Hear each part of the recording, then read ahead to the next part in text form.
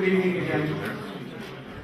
In compliance with the Open Public Meetings Act, the notice requirements have been satisfied. The meeting dates for the year confirmed at the annual meeting are posted on the public bulletin board in the lobby of the Municipal Center and published to the record within the first 10 days of the new year. The notice of this special meeting via Resolution 13-129 has been sent to the record, Suburban Night Northern Valley Press, and has been posted on the public bulletin board in the lobby of the Municipal Center and the Borough website. It's not on the agenda, but I'm going to ask you to stand for the salute to the flag. I pledge allegiance to the flag of the United States of America and to the republic for which it stands, one nation, under God, indivisible, with liberty and justice for all.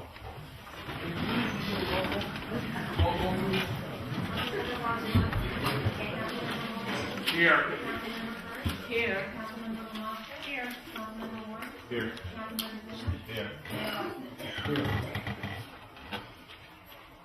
Okay, due to the nature of this meeting, I'm going to read the following rules of conduct that apply to everybody, from those in the audience to those up here. First of all, please turn off all your ringers on your cell phone. Please wait to be recognized. When you come up to the microphone, please state your name clearly and give your address, your complete address. Each speaker will have up to 3 minutes to address the governing body. I'm going to ask speakers to attempt not to be repetitious. This could be a long evening, okay? And if you want to voice your support or opposition to the Nature Center proposal, you can do that. If you have something new to add, that's wonderful. If not, you can just say you agree with the previous speakers. Everyone will have an opportunity to be heard. Those wishing to speak a second time or more will only be recognized after everyone who wishes to speak has had their initial opportunity. What I will do, like I've done in the past, is I will ask people to line up in 2 lines, those that support the proposal and those that oppose it, and we will alternate, unless we run out of one line or the other. Everybody will be heard before somebody gets to speak a second time. Please do not applaud or boo after speakers address the council, and I will not put up with any rudeness or misbehavior. If anybody does that, they're going to be asked to leave. Please do not call out comments from the audience. If you have a comment to make or a question to ask, please be recognized and come up to the podium. In large groups, of course, are urged to select someone to represent them. And in the interest of letting you understand how I intend to run this meeting tonight, I was approached by a number of people, 2 to be exact, who represented in the newspapers and in some of the petitions that went around people that opposed this project. They suggested to me, in the interest of fairness, that they be allowed to speak without a 3-minute time limit, since the Nature Center is making their proposal. And I listened to what they had to say, and these are the terms upon which I agreed to do that. One is, I asked them to give me a list of 20 people who would be willing to say that this group, there's going to be 3 people speaking for this group, would represent them. I'm going to call out their names so they know who they are. And those people will not be allowed to speak individually until everybody else that wants to speak has been allowed to speak. Okay, so I'm going to ask, if I call out your name, that you raise your hand so that A, that I know you're here, and B, that you understand that because your name is on this list, you will have to wait till everybody else speaks before you get an opportunity. Now, if you don't want to wait, then when I call your name out, you let me know, and we'll cross your name off, and we'll proceed. First of all, Bill Kelly. Is Bill here? Okay. Jean Grayson? Jean here? No. Edmund Merhig? I hope I'm pronouncing that name right. Edmund here? Renee? No. Eugene Peters? No. Dorothy Peters? No. Al Meyerson's here. Sylvia Meyerson's here. Nina Grayson?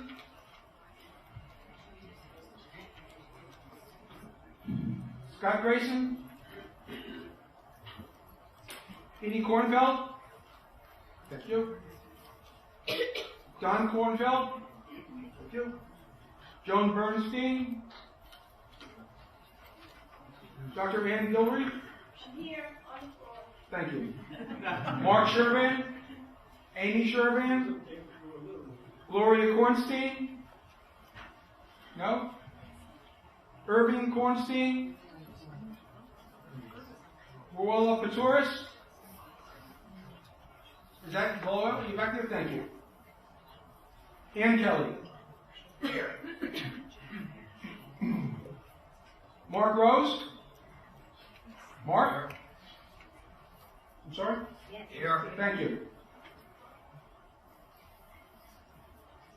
Last name is Rosen. Thank you. Diane Denberg. Thank you. Debbie, I can't read your last name. Okay. Patricia Silverman, Pat Silverman? Yes, here. Thank you.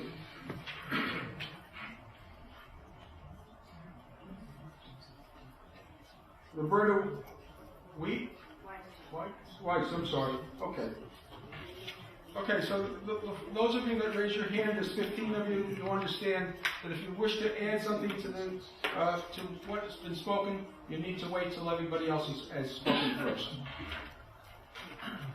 At this time, I'd like to ask the Nature Center.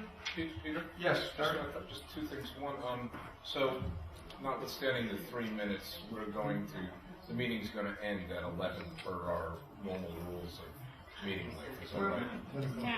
Oh, 10. I'm It sorry. says 10 o'clock, but I'll be honest with you, if people want to be heard, it's going to be hard to end the meeting. So when at 10 o'clock comes, we can analyze the situation and decide what we're going to do.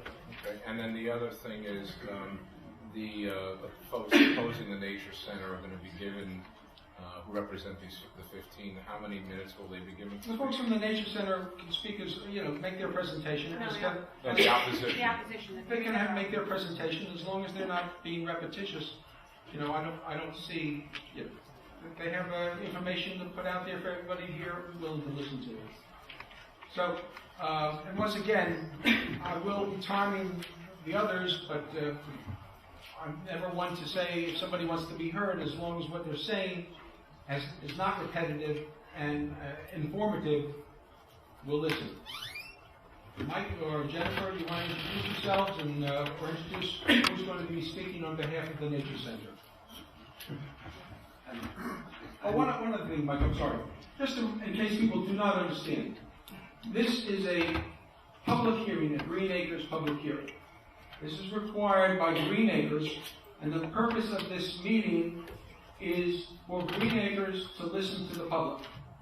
So we're all going to hear the presentation of the Nature Center. Then if any member of the governing body has any questions, they will ask them or comments. Then we'll listen to the Mr. Myerson's group, and then we're going to open up comment. This is not meant to be a dialogue between the members of the governing body and the audience. This is meant to be a chance for the audience to basically speak to the Nature Center and to Green Acres and tell both groups how they feel about this project.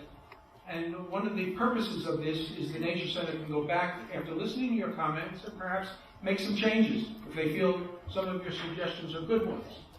There will be no action whatsoever taken by the governing body tonight. No votes, no real discussions about anything. We may ask some questions of the Nature Center, but that will be it. That's the sole purpose of this meeting. I'm sorry, Mike. One more time. Okay, thank you. Do I need to use the microphone for recording purposes? This is being recorded, and actually will be on Channel 77, not live. Hopefully, will be on Channel 77 in the future, so your friends that have not come tonight can see what's going on, and you can watch yourself in action. Great, thank you. My name is Mike Muse. I'm president of the Board of Trustees of the Tenafly Nature Center. For those of you who don't know, Tenafly Nature Center Association is a not-for-profit that was established in 1961. The same year I was established. I'm sorry, you just spelling last Sure, name. Neus. Okay. The Nature Center is here because we are very committed to outreach to the community for which we serve and to get your input. This is one of many, many meetings that we've had recently, 24 to be exact, and many more to continue. For those of you who want much more excruciating detail, on our website is an extensive submission with very lengthy background information. We also have a list of frequently asked questions. As people have asked us questions, we've submitted answers, and that also is available on the website, runs through about 5 pages now. To make it easier for those of you to follow, here in the front table, and I know some of you came in late and may not have had a chance to pick them up, we have a list on the front of some of the major features, on the back, actual facts about what we're proposing, and in the middle, we've condensed out 2 pages of the frequently asked questions.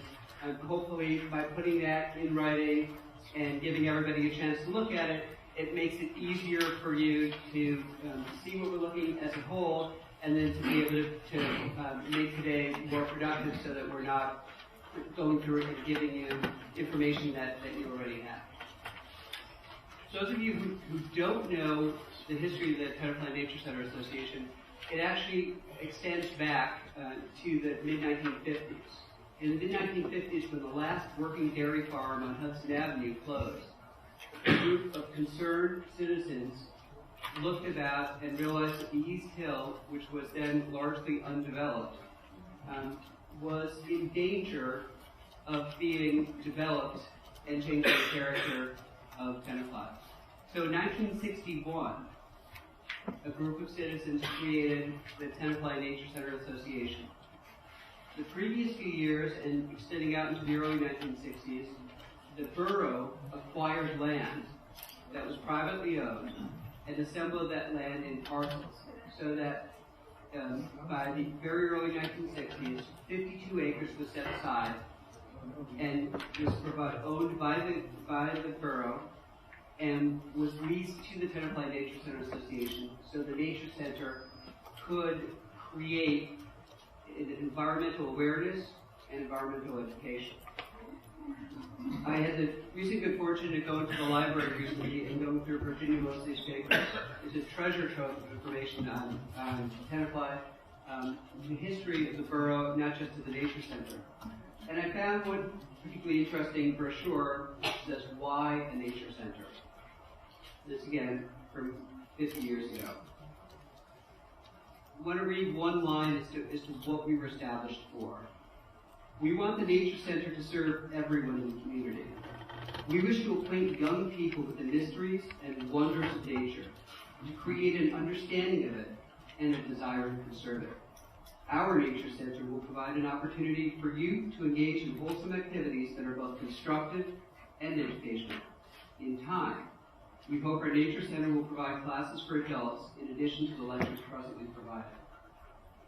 And that is the mantra with which we still operate. We are still a not-for-profit. We still, every year, provide an annual report to the Mayor and Council because we are here to serve the community, and we serve that community with the oversight and support of our elected officials, the Mayor and Council. In 1966, the Nature Center had the next milestone, and that was creating the one-room schoolhouse at the top of Hudson Avenue. That's the Redfield building, which we still call home. Those of you who have been there realize that it is a home because we cherish it and we love it. But we have outgrown our ability to do that which the community has asked us to do in that home. We have tried over the years by adding an outdoor pavilion, reclaiming space that had been a caretaker apartment, outreach, in going to provide classes in local schools elsewhere, but we simply have run out of room. In 1970, there was a concerted effort for the rest of the land that was on top of the East Hill to be developed in a massive commercial development. a group of foresighted citizens, many of whom were in this room, banded together and raised an enormous amount of funds, and through years of toil and years of trouble and of litigation, managed to save 274 acres. That was probably the finest moment that Tenafly had. And that creation of the Lost Brook Preserve and preservation of it is the second major step in the evolution of the Nature Center. As that building, as the town built up to acquiring the land, the Mayor Council tasked the Tenafly Nature Center Association and the Tenafly Environmental Commission to steward that land, which we have done for 40 years. You'll note at a time with the various pieces of litigation, there was one period of time where it seemed like the entire effort was going to slip through the town's hands because we needed $2 million in order to close the funding gap and create the Lost Brook Preserve. 3 entities stepped forward: the Jewish Community Center of Englewood, the Palisaded State Parkway, and the Nature Conservancy collectively raised the funds, donated the funds that were had a shortfall from what 3 acres, the federal government, the town, and the good citizens, both in Tenafly and around the country, had banded together to create. We have worked with all of these organizations as we've developed these plans. And we very much are looking forward to showing to you, the community, what we have been working on, why we are proposing what we are doing, and soliciting your input. As part of the process, the single biggest issue we had is who was going to develop this building. Who was going to create something that was worthy of the effort of generations of people from Tenafly to establish our bona fides as the forebears of the environmental movement. We looked around the country for environmentally sensitive architects. And what we found is that many people profess to be green architects because that is a marketable catchphrase. But we found one architect who literally wrote the book. Crossing Collaborative created the initial LEED standards.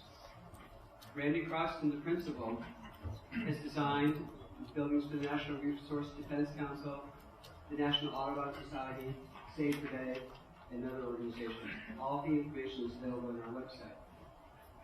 And when we went through the process to identify an architect, and I spoke to Randy, my first question is, why are you going to build a building for us, the Tenafly Nature Center, when you've done all these world-class buildings?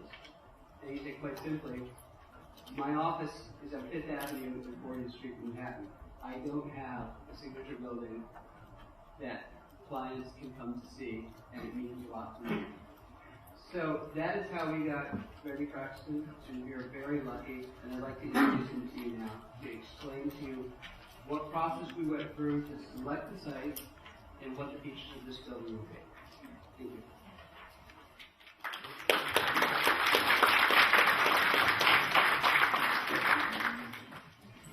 Good afternoon, good evening, Mr. You Mayor. can raise the Council. microphone if you like, Sure. or you can take it out of the stand. And maybe I'll do that. I'm going to ask all the speakers to keep in mind that the camera is over here, so kind of stand diagonally so you don't watch the back of your head over the next 45 minutes.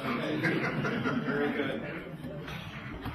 Well, I guess I should start with my name. My name is Randy Croxton. I'm the architect for the proposed Nature Center, and done by my firm, Croxton Collaborative. Croxton, C-R-O-X-T-O-N. C-R-O-X-T-O-N. Is that okay? Okay. 20 years ago, I was working on a project with a neighbor of yours, Lamont Doherty. And actually, Lauren Cox who was Director of Development there, and I flew down to Washington, and we attended the founding meeting of the U.S. Green Building Council. Also, out of that meeting, within about 4 weeks later, we received, that is to say, Lamont Doherty received, the first national grant from NIST, the federal organization, to begin to try to describe what are the metrics, what are the measures of something called environmental sustainable architecture. So when I had the opportunity and I saw the history of what Tenafly Nature Center was doing, and I realized that I would be returning essentially to the same neighborhood, it was a great confluence, because from that very first foundational moment, 4.5 years later, emerged the first version of LEED. Really an expression of a philosophical underpinning of our firm, which was to move away from the idea that a building is an object, that a building stands alone, that the process is actually an integration of built and natural systems. And there has to be, as opposed to the way architectural education is set up, a deep understanding of natural systems as well as built systems if you are to achieve that outcome. And if you don't achieve that outcome, what results in that failure is flooding and erosion. What results is the undercutting of health and safety and welfare. What happens is the destruction of the natural environment, the creation of pollution, and so many other failures.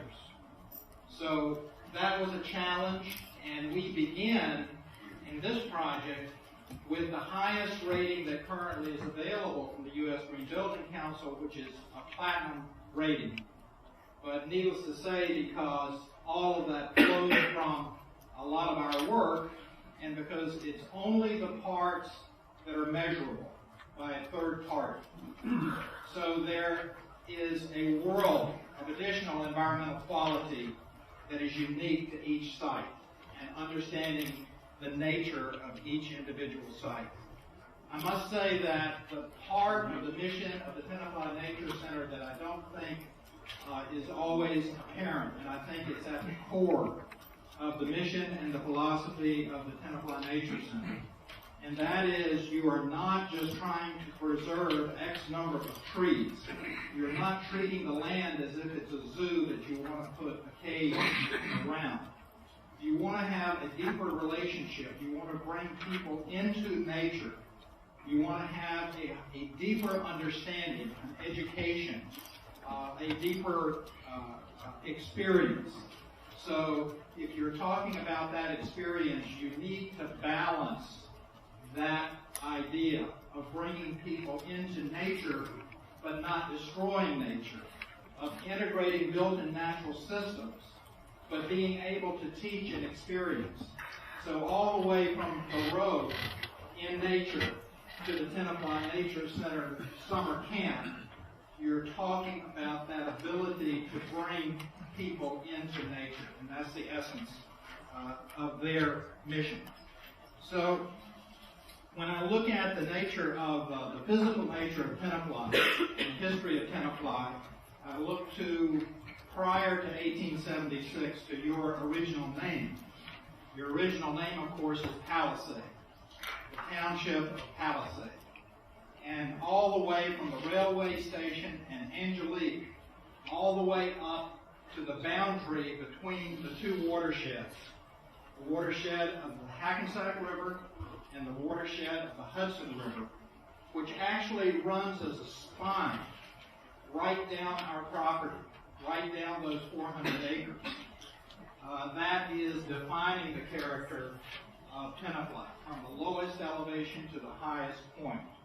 And we are very fortunate in our resolution and identification of the site that we actually have come to, that we are sitting astride that watershed. We actually have our access and roadway so that the center line of the roadway are the two watersheds. That a drop of rain on one side goes to the Hudson River, a drop of rain on the other side goes to the Hackensack River. So that even in the location of that access is a teaching moment, a way to begin to interpret and understand the natural systems and the character of that unique space. I'll begin with the first board here, and so we can see the Let the council know it's in this submission. I'm sorry, it's in the submission that we provided, so that the first image starts out, the title is DNA, talking about the history. So essentially we have this extraordinary cliff, which we all know as the signature, but then the 400 acres have a unique characteristic. We think of wetlands, or the old word swamp. We think of them as being at low points. But ironically, here at the highest of high points are all these wetlands. Vernal pools, perched water, shallow root systems. A very unique set of natural systems interacting at the highest elevation in a very unique way. So when we think about the site, and we think about the current Hudson Avenue location, or we think about the edge of East Clinton Avenue, we can see that there are unique opportunities that are presented to achieve the very mission that Mike was talking about, which is to move to a larger participation of the population, not just those who walk the trails and not just those who are part of the school program, but all the citizens of Tenafly.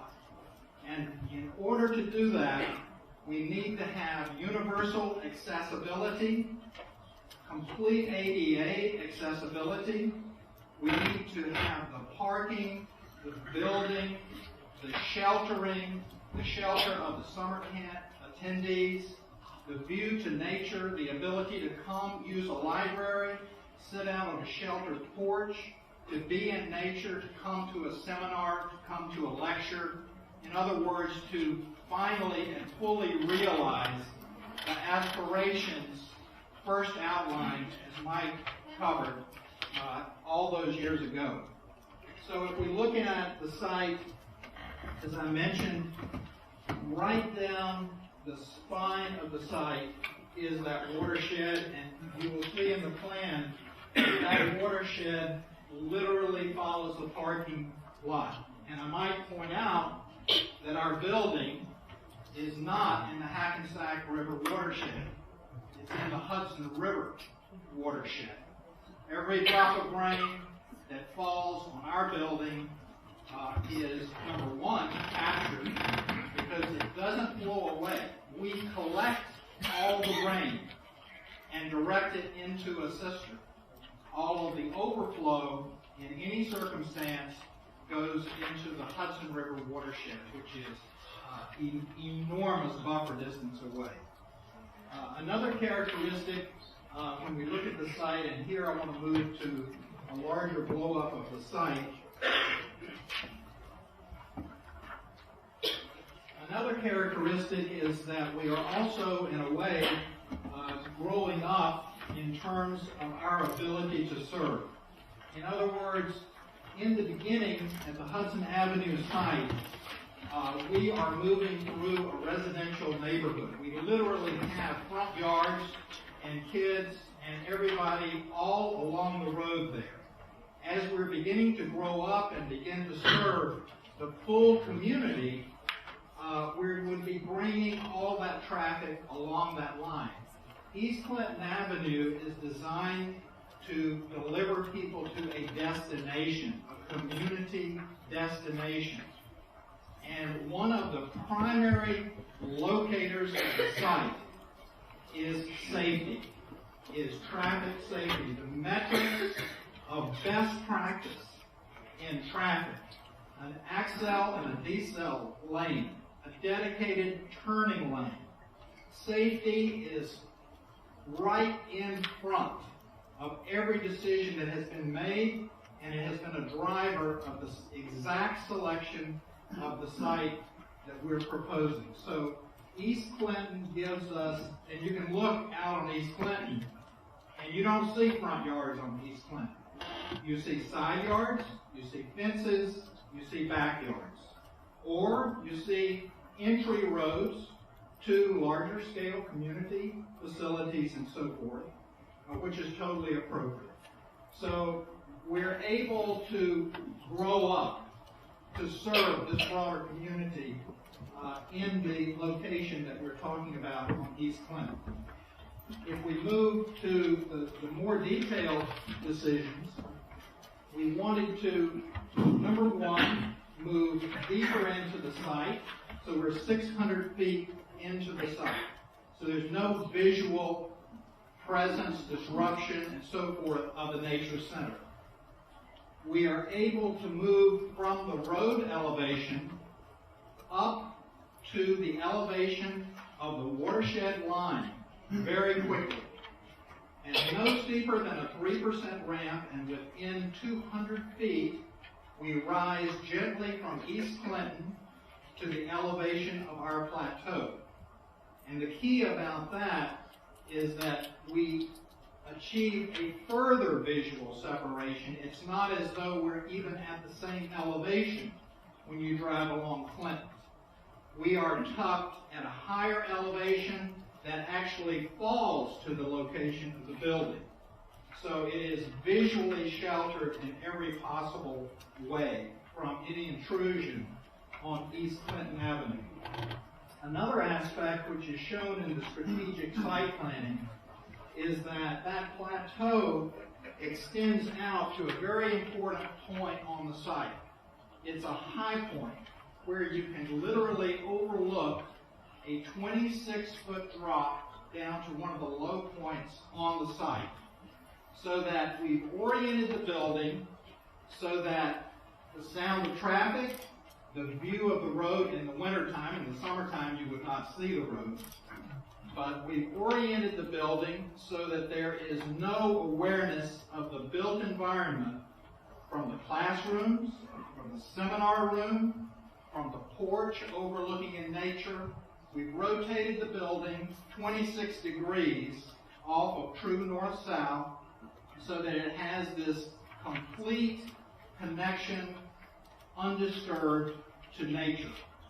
The administration, the programmatic people who are organizing the work on the site, they all have a view on the other side. Everybody who's arriving, the kids that are coming, the school buses, they are completely connected on the community side of the building. And we bring the Herring Rock Trail right by the building, and Herring Rock becomes one of the key identifiers of this location. If we go to the next board, here you get a sense of the scale of the JCC located here. And as we come down to our site, you can see that we're directly opposite Kent Road. And the key of that location is that we have beautiful sight lines to each of the approaching curves. Again, the issue of safety. We started out looking at Buckingham, looking at Kent. We started out with maybe we'll be a little bit south of Kent. And as we looked closer and closer, it was clear that the safest possible location, the best sight lines in both directions, the best way to integrate accel and decel lanes and the turning lane was directly opposite Kent. So that is, again, best practice in letting safety decide where that point of entry is. And then working with DEP, and I think there had been some confusion on this point, so I'll try to make it as simple as I can. when we went to New Jersey DEP, we had gone across the entire site. We had looked at sites everywhere. And we just kept finding hydric soil, hydric soil, hydric soil. I don't think any of us were aware of how many wetlands there were on this site. There were very few buildable sites. When we came down to this area, we realized that we wanted to have detailed information and interpretation on 15 acres. So that's where that number comes from. We were going to look at and coordinate with our environmental consultants and New Jersey DEP, Department of Environmental Protection, and look at that key element of where can we put within those 15 acres a buildable site. Within that, we identified 5 acres that were buildable. As we begin to mature the notion of safety and access and all of our other basic elements of a good solution, it became very evident that there was only one site in terms of access that would be appropriate. And the other number that you've heard is under 2 acres. Approximately 1.7 acres is actually the footprint of the project. So that is the less than 1%, the teeny portion that we occupy in order to give people this deep and meaningful experience in nature in a safe location with universal accessibility to every citizen in Tenafly. So if we go further and examine the issue another issue very important, and if you notice when I said if you have a good exemplar, a leadership example of environmental sustainable design, you sure as heck are going to address flooding. And you're going to know where every photon of light coming onto that site is coming and how it's going to be used, and every drop of rain that's going to fall on that site, where it's going and how it may be used. All of the rain that falls on the roof is redirected to a cistern. Under the parking area, we have 18 inches of gravel that allows the water where you park the cars, not where you drive in the center lane, but where you park the cars, 18 inches of stone. 40% of that space is available for water. That's a reservoir. So that can hold water out of the storm surge, which is the key to avoiding flooding. Water is going to come. Water is going to move. You're not going to change that. But the key thing that you can change is that when you have a storm event, you don't allow that to turn into a surge at that moment. You hold it back. You absorb. And so the rough calculations at the beginning is that we needed to hold approximately 14,000 gallons on site. We are, in that device alone, 100% more. So we're 200% of the capacity of a 100-year storm on the site.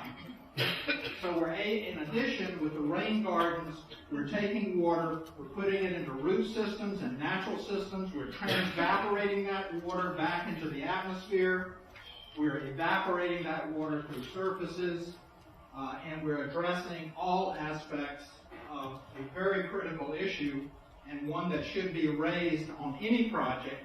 But what we want to be here is an exemplar. We want to show how you should build, how you can build.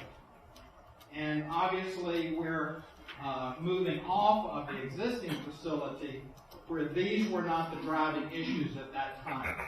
And that was, if anything, the mothership, the beginning point, the birth of everything that the Tenafly Nature Center can be. If we move to the next board,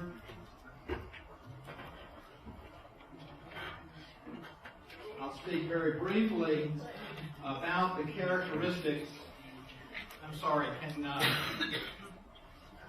hate to turn my back on some people. This entire area that I'm describing here is deck. This is the entire, so we have a handicap access, very wide, convenient access coming off the turnaround at this location. We can go directly onto the trail in a similar manner here. We refer to this side as the connection to the built environment or to the community, and we describe this side as the connection to nature. And essentially, when you're in these classrooms, and even the program staff that are located here, but very importantly, the gathering space, the seminar, the meeting room that you see described here, that's where we begin to have the glass and the openness and the view into the forest. You are literally in that forest when you're in this room. Protected, but accessible. Obviously, with the library and materials and so forth, you can come out on the sheltered deck and sit and read a book. You can have totally passive participation, something that is really impossible at this point. The seminars, the meetings, the events, all of it, open in a completely different dimension and an experience that is currently not there. Very quickly, I'll just mention that we have got pantry support, mechanical systems, the library, the executive offices. Essentially, the increase in the size of the building, and the size of the building is about 7,900 square feet. The size of the deck is about 3,500 square feet. The area of growth is in protecting people, getting shelter, particularly for summer camps. That's a criteria that's currently used to determine whether you get a lot of the programs and financial support. So we've got that sheltered area on the outside, and we've vastly expanded the classroom and educational capacities here on the site. So that is really very much the heart and soul of the program. In the next image,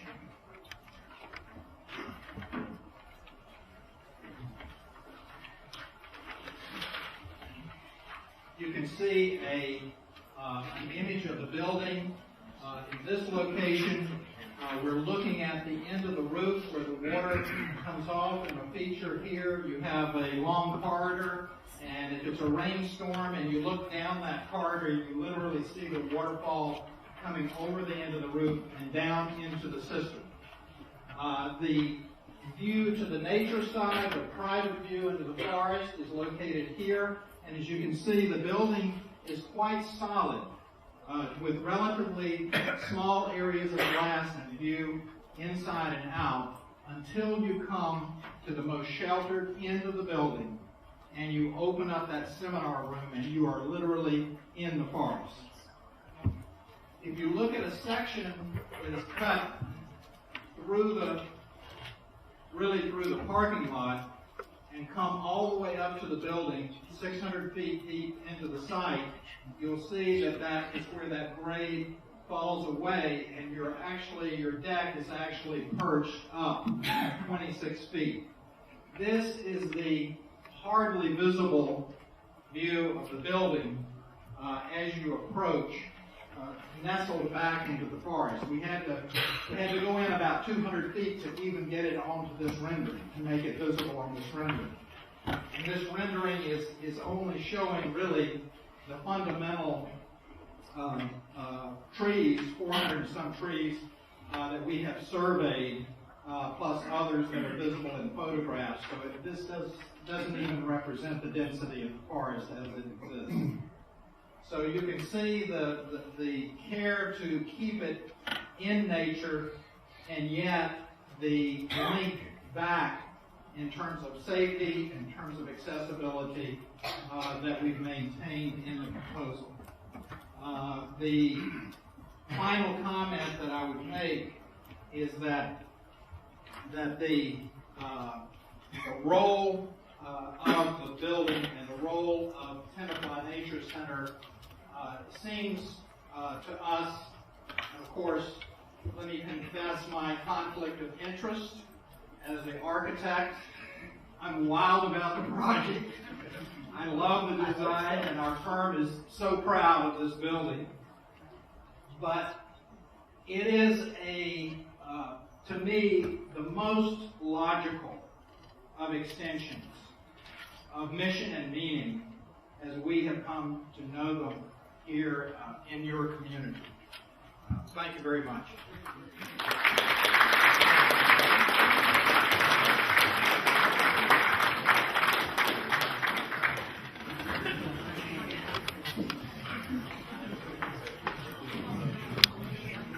And now, to really bring it home in the most personal of ways, Jennifer Kleinbaum, the Executive Director of the Tenafly Nature Center.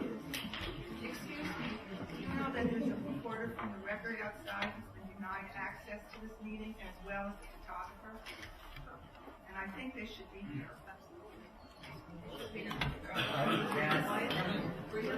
No, I do not. 1 minute. Hold just 1 minute, Jennifer.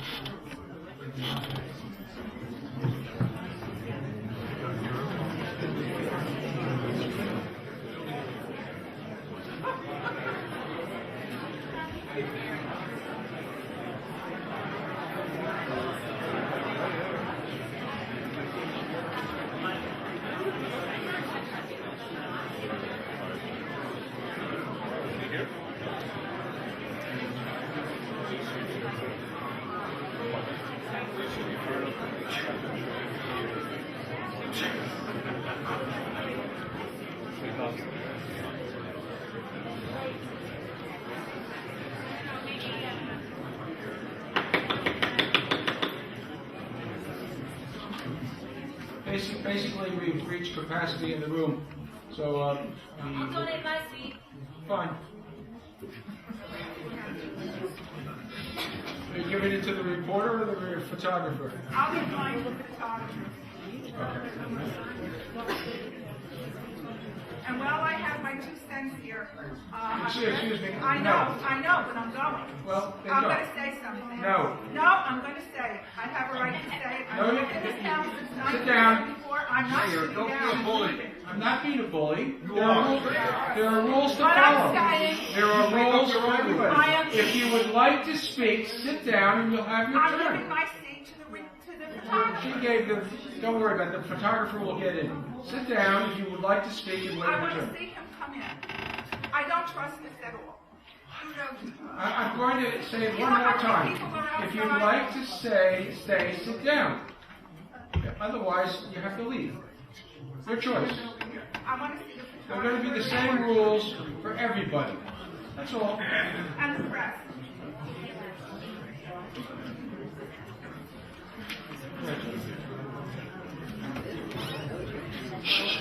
Please, Can everybody hear me okay? 1 second. Thank you. Again, my name is Jennifer Kleinbaum. I'm the Executive Director of the Tenafly Nature Center, and for the past 7 years, it's been my privilege to serve as a steward of this very important land.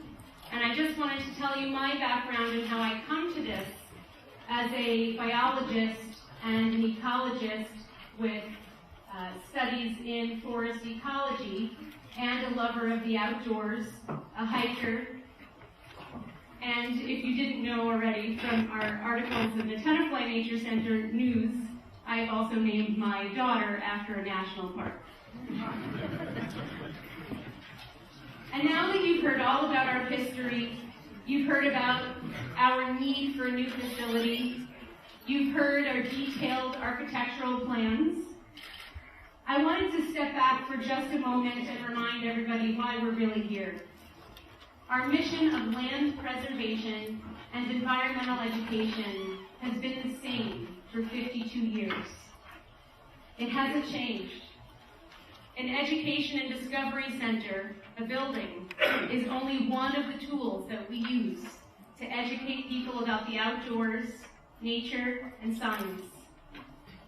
In 1961, the visionaries who helped found this nature center saw fit to use a small section of the preserve atop Hudson Avenue for a visitor and educational center, and we build on their legacy now.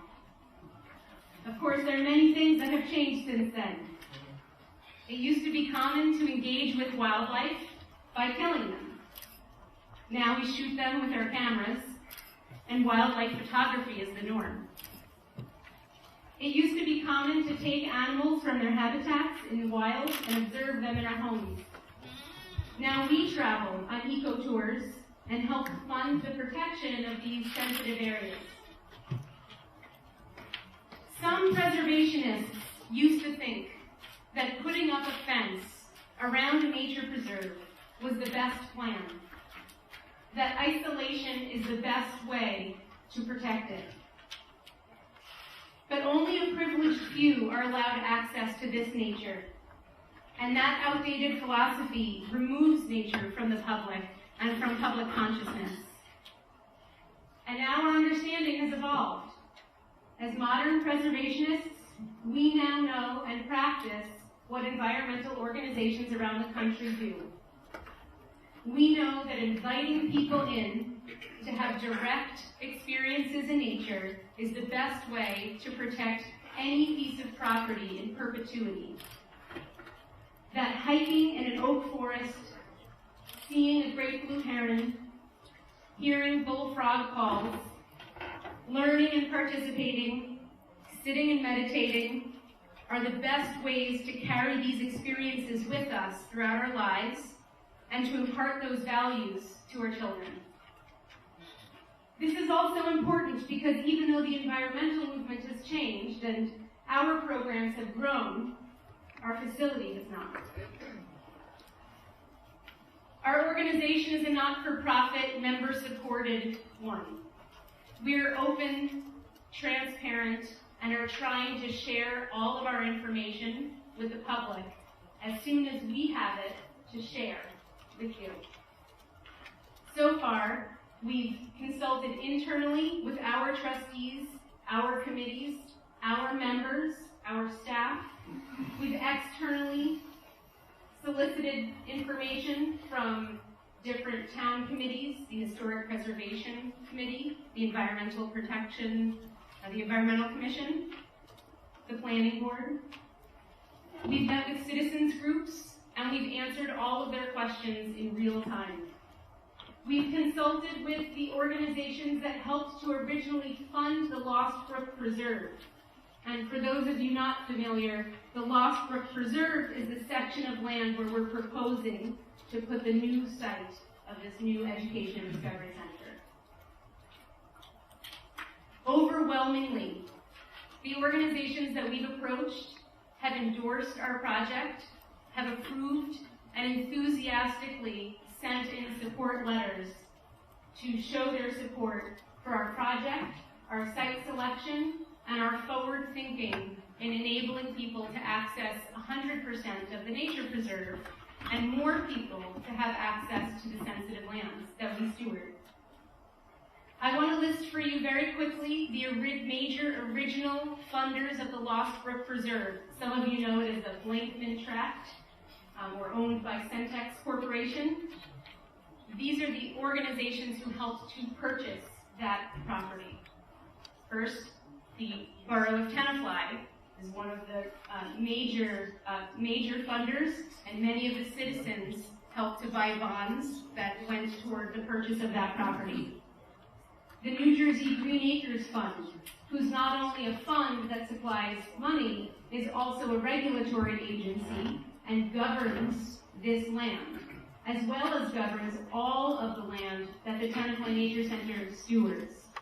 So again, for those of you who are not familiar with the details, the Hudson Avenue site, where we're currently located, is also governed by Green Acres, even though its purchase was not paid for by Green Acres funds.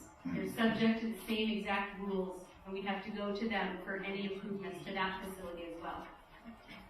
The Federal Land and Water Conservation Fund, the Nature Conservancy, the Palisades Interstate Park Commission, which is also a neighbor, the New Jersey Audubon Society, the Kaplan JCC on the Palisades, of course also a neighbor.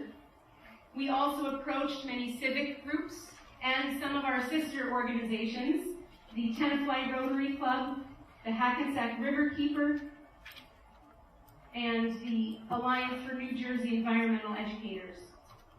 I brought many of the letters that they've sent us with me tonight, and I wanted to read you just 2 short excerpts so that you can get a gist of the support that we've received. This is the State Green Acres Program and the Federal Land and Water Conservation Fund approvals. I have reviewed and the submitted Nature Center concept plans. Both Green Acres rules and the Land and Water Conservation Fund grant manual consider nature centers and exhibit facilities to be eligible recreation facilities on funded parkland. Therefore, after review of the purpose for the facility and the proposed uses for the rooms within the building, Green Acres finds this proposed project to be in compliance with both the Green Acres rules and the Land and Water Conservation Fund grants manual. This completes the requirements for the Land and Water Conservation Fund approval.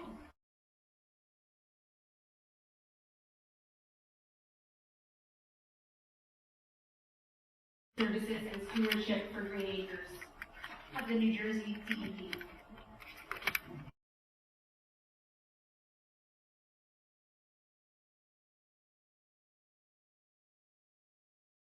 I thought that I could. In decades past, we and other nature preservation organizations worked to acquire natural areas and set them aside for people. However, as the urban populations have exploded around the world, people have become isolated from nature. There's a growing recognition that we need to reconnect people to nature so they will appreciate the many benefits that nature provides. In turn, we hope that they will communicate this appreciation to decision makers so that protecting nature becomes a prominent factor in future public and private sector policies and actions. Nature centers like the Tenafly Nature Center are absolutely critical in helping to raise awareness among urban and suburban dwellers as to nature's many values. We applaud the Tenafly Nature Center's plans to reach out to even more people by expanding its facilities and program offerings and making your nature center and trail system more accessible with the proposed location on East Clinton Avenue rather than its current isolated location at the end of Hudson Avenue.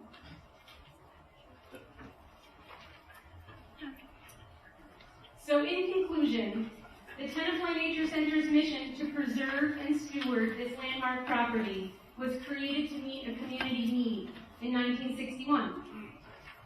Our community now, in 2013, is even more engaged and requests more educational programs than we can accommodate. Our members, friends, volunteers, and staff have been preservationists for more than 5 decades. This proposal is the extension of their legacy. We are honored to stand on their shoulders and propose the next phase of the Tenafly Nature Center and the future of Tenafly. Thank you.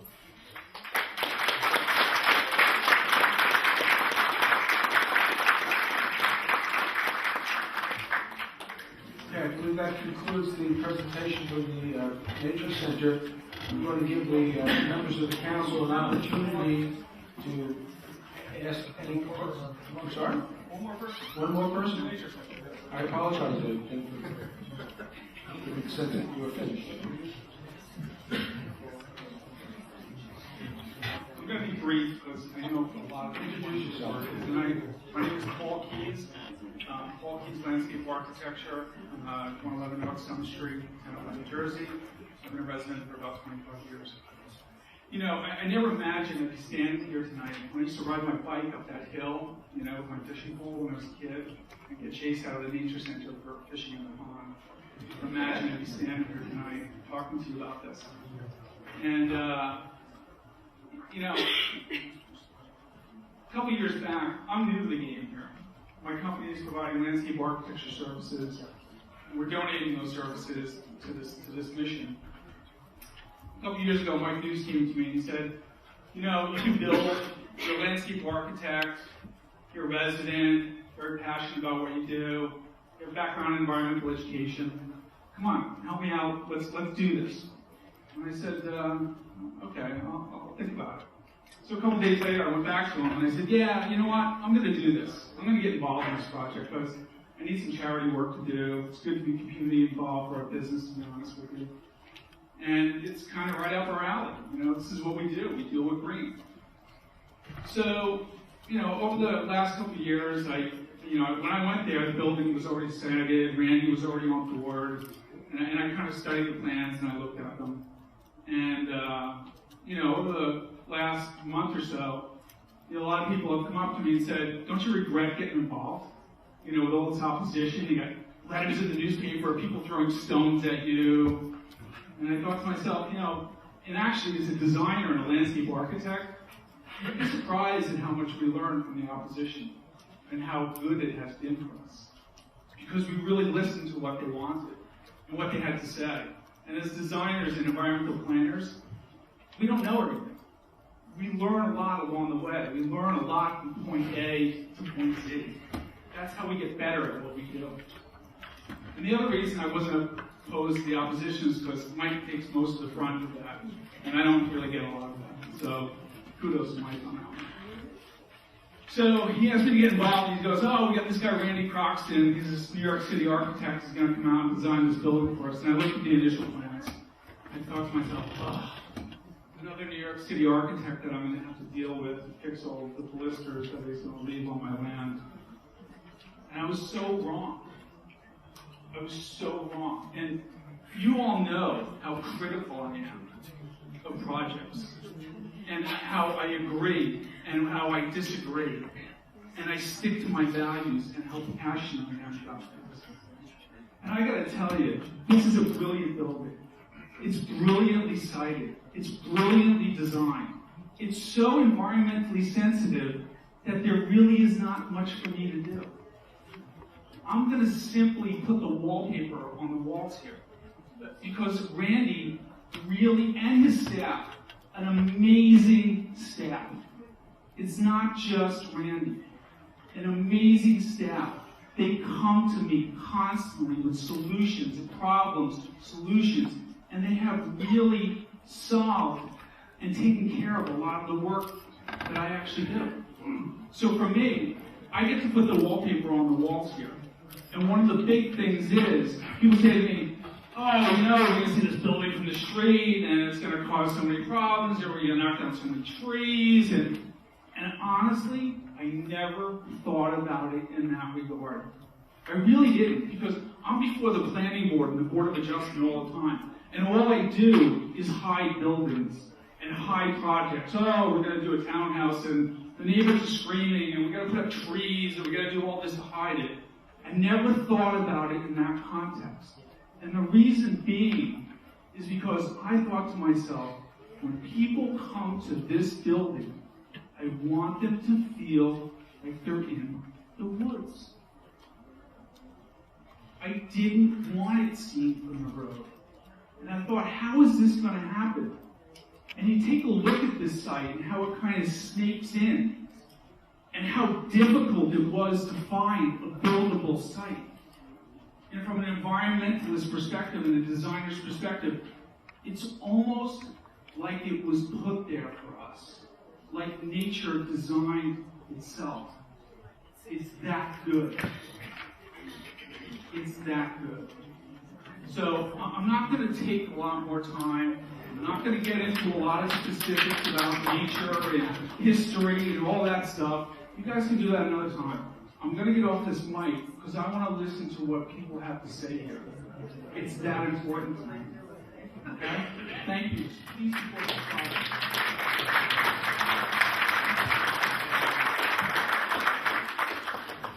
I'm going to go from my left to right. Martha, do you have any questions or comments for the president?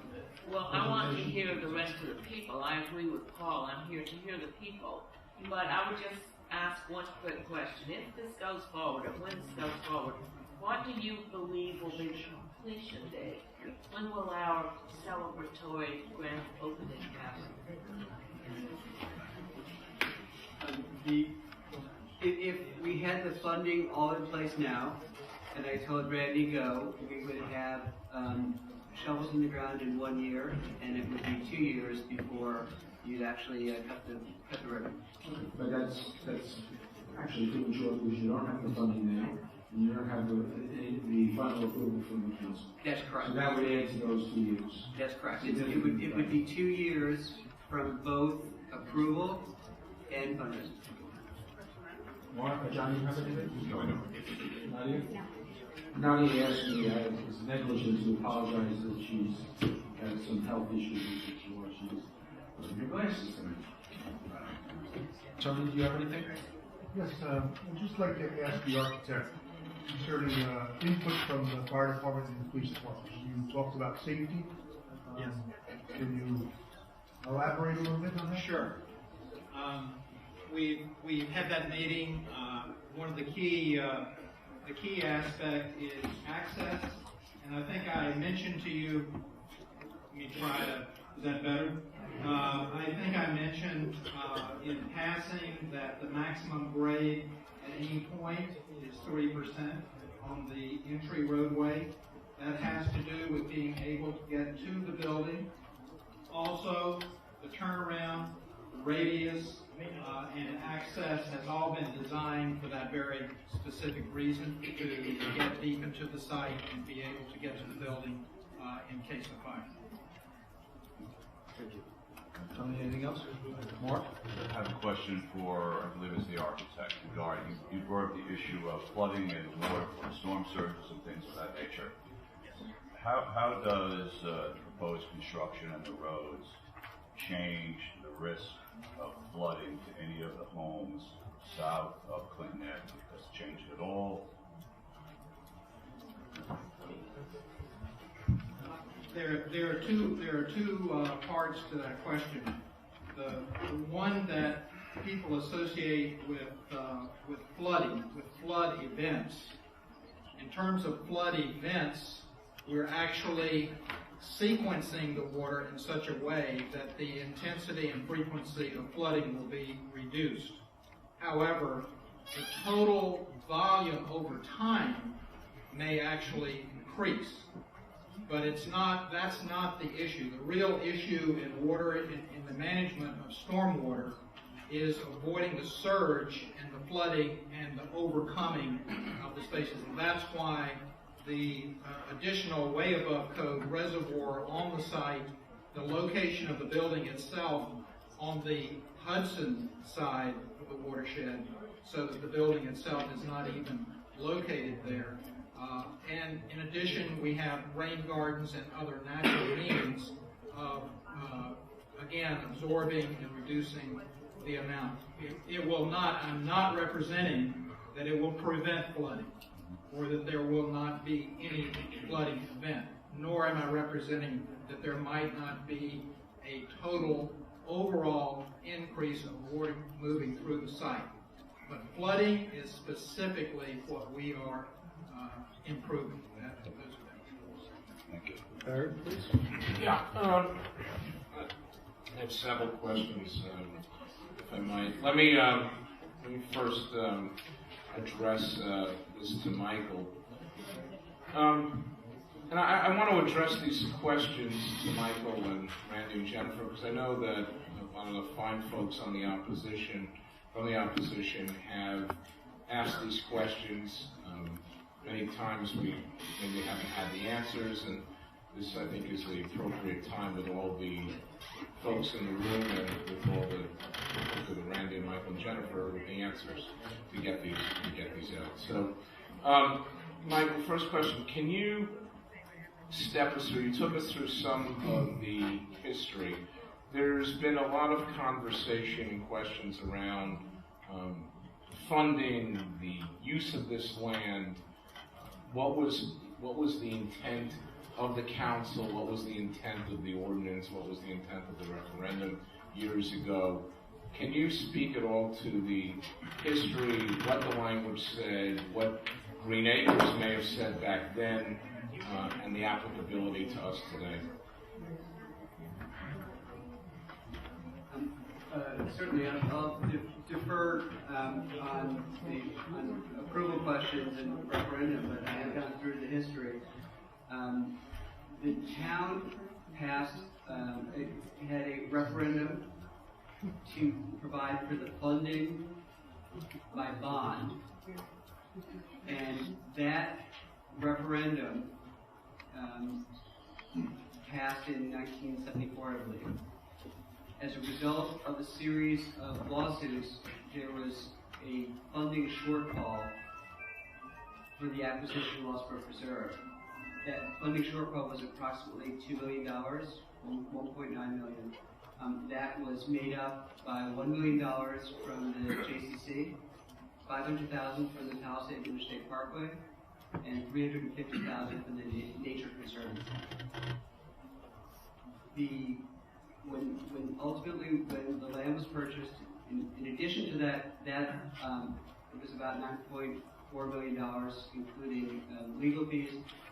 There was another $450,000 that slightly predated the Lost Brook Preserve acquisition, and that were two separate 10-acre lots that were bought from the early Christian church and from the Ellen and Dunham. So the total amount was about $10 million, of which the council sponsored borough bond was about $4.4 million. About $500,000 was in pledges and cash contributions from the public. The remaining was from the New Jersey Green Acres program and from the Federal Land and Water Conservation Fund. So, if I'm understanding correctly, the town at the time, between the residents and the actual bonding, raised about half of the money that was required. That's correct. Okay. And I had done some reading, and maybe you can speak to this in preparation for this meeting. There seemed to be a discussion, I think it was in a 1972 document from Green Acres, talking about, with respect to this, the Lost Brook Preserve and to the land, that there should be accessibility from East Clinton and 9W so as to make the land more accessible from a regional perspective, given the nature of those throughways or those arteries. Is that, do you have knowledge of that? Yes, that is correct. Because it was funded by state and federal agencies, as well as national not-for-profits, one of the requirements was that the Nature Center be opened to the public at large. And so Green Acres at that time actually contemplated that access come from the very place that you folks are thinking about putting this next education center now. There actually is a trailhead on East Clinton with space for about two parking spaces for 2 cars right on East Clinton Trailhead. Good. And if I could, so one of the other things that seemed to be intriguing from the time, and maybe you could speak to this, again, having done some reading, I'm sure many of the fine folks here who were there back then are familiar with this, but apparently when this referendum was passed, that initially the town, as you said, did not have the full money available to it to make the purchase because the corporation that had owned it had won a case in court, suggesting that the town's price that it was offering via the eminent domain was not sufficient, and therefore a shortfall in money. And as a result of that, the court ruled that the town had to pay the extra couple of $1 million, and also ruled when it was challenged at the referendum, a new referendum did not have to be brought at that time. That in fact, even though the town was going to take 15% less land and pay the same amount of money, that it was all being done within the spirit of the conservation, and that a new referendum, despite there were folks in the town at that time that wanted one done, that one was not required. Are you familiar with that?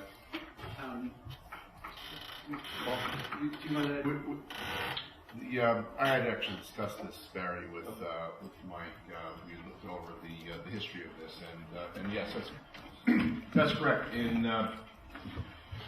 What happened was the borough reduced the amount of acreage that it had originally proposed to purchase, but kept the amount of the bond the same. And there was a challenge made, which ultimately went up to the New Jersey Supreme Court. It skipped the appellate division. The Supreme Court addressed the issue of whether or not the 15% deviation from the original purchase in terms of acreage was material, and whether or not there needed to be another referendum, and the Supreme Court said no. And that was about 55 acres worth of the original purchase was dropped, but the original purchase price remained the same. So the bet bond that the town had proposed was $2.86 million.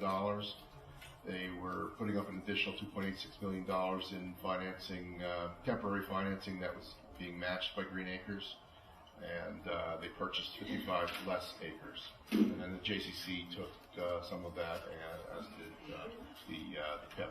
So therefore, what we can say that there is a court ruling that said that 15% reduction in the land, given the same price, did not warrant a referendum. Mike, can you tell us what percentage of the land that we're talking about, this 2 acres, about what percentage does that represent of the total? Less than 1%. So less than 1%. Barry, I'm going to ask you to finish up. Yeah. Yeah, sorry. Just okay, so one other question that seems to come up quite a bit, which is the reasons for, maybe Randy can address this, the reasons why not to either knock down the Redfield building and renovate, start from scratch, or to renovate it. What is the reason why not to do that, to stay on Hudson, as opposed to doing what we want to do here? The existing Hudson site that I'm sure everybody's very familiar with is actually the side of a hill. It's quite steep.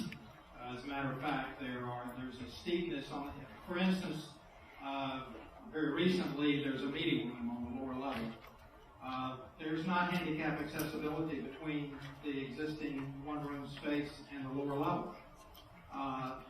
If you wanted to address that Hudson site, and you wanted to keep it, and you wanted to achieve universal access and get that site all the way back up to the ridge, then you would be doing a lot more cutting and destruction of trees and so forth to get up to that elevation and to develop the parking at that elevation.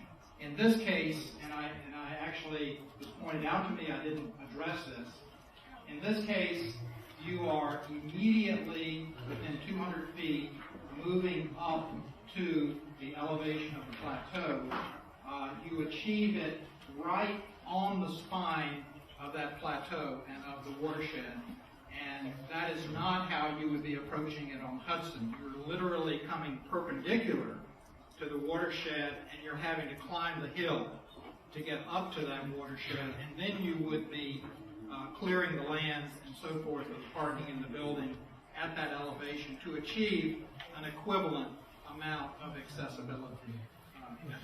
So Randy, just finally, and I know we're going to move on with this song, is that as a nationally and perhaps world-renowned architect in this field of environmental building and such, if you were to take a look at this entire plot of land today, right, including the Lossburg Reserve, where the Redfield building is, the whole thing, would it be your judgment that a building should be constructed where it is on Hudson or where we're siting it now? If we could roll back the clock, where would have been, in your professional view, the best place to put it? Well, the key here is time. In other words, if you go back all the way, which Mike mentioned about the last dairy farm closing on Hudson Avenue, there was a time when Hudson Avenue was actually a very appropriate and small-scale access to a small-scale building. Okay, what has happened is that the growth of Tenafly, the nature of Tenafly in the year 2013, it has become a completely inappropriate solution. So if you're asking me today, in this time, it is not a good site for a host of reasons. And the site that we're proposing has appropriate arterial access, it has safe traffic access, it achieves universal design, and it achieves the relationship to the neighborhood and to nature that I think are all inescapable assets of the site. Thank you. Okay, at this point, I'm going to ask there's three presenters now. Yes. Mr. Colatis, Mr. Nigro, and Mr. Feldman. So I don't know what order you're going to speak, but if you'd like to come up and, Feldman is going first, Mr. Mayor. I can identify that from you.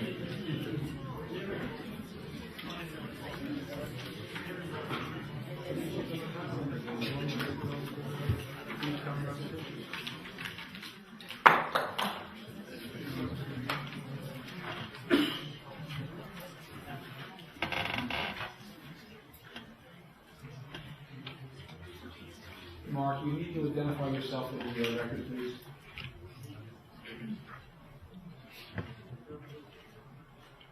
My name is Mark Feldman. I live at 133 Longwood Drive here in Tenafly. Sir, can you just spell your first and last name? Mark, M-A-R-K, Feldman, F-E-L-D-M-A-N.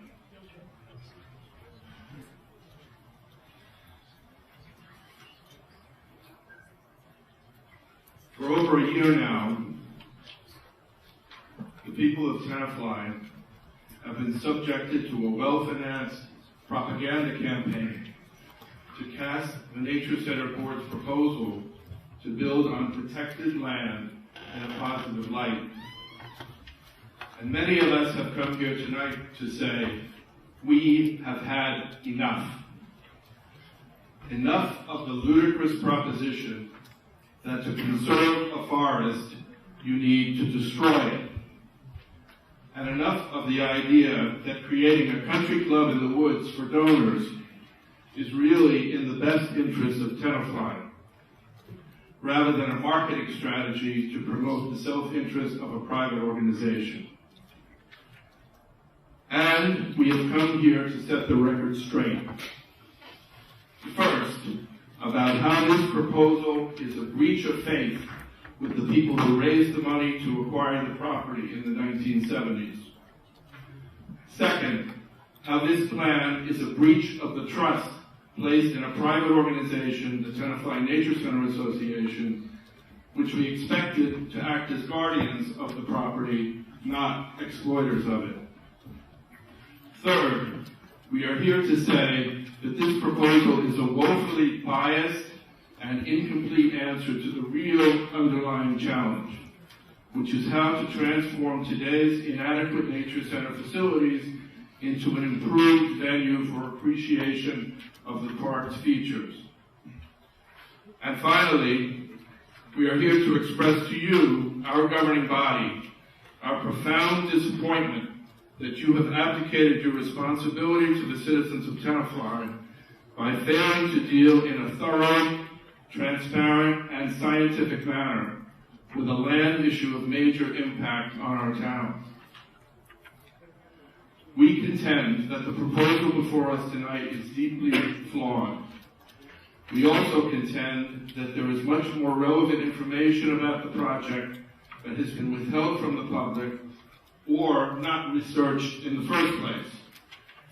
Because of this, we call on the State Department of Environmental Protection and this Mayor and Council to table the proposal, perform the necessary due diligence, and submit the entire issue to a public referendum in November of 2013.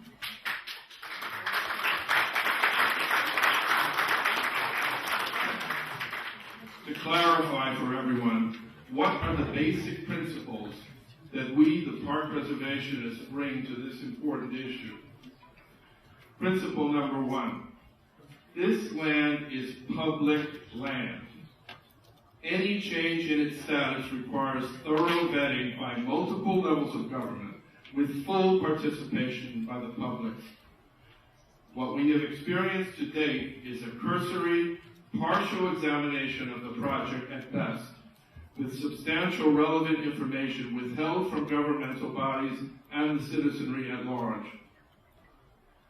Without a full public consideration of the technical aspects of the alternatives on their merits, as they affect flooding, pollution, construction costs, traffic, security, wildlife, and tree removal, among other issues, the option promoted by the TNC board cannot be properly evaluated.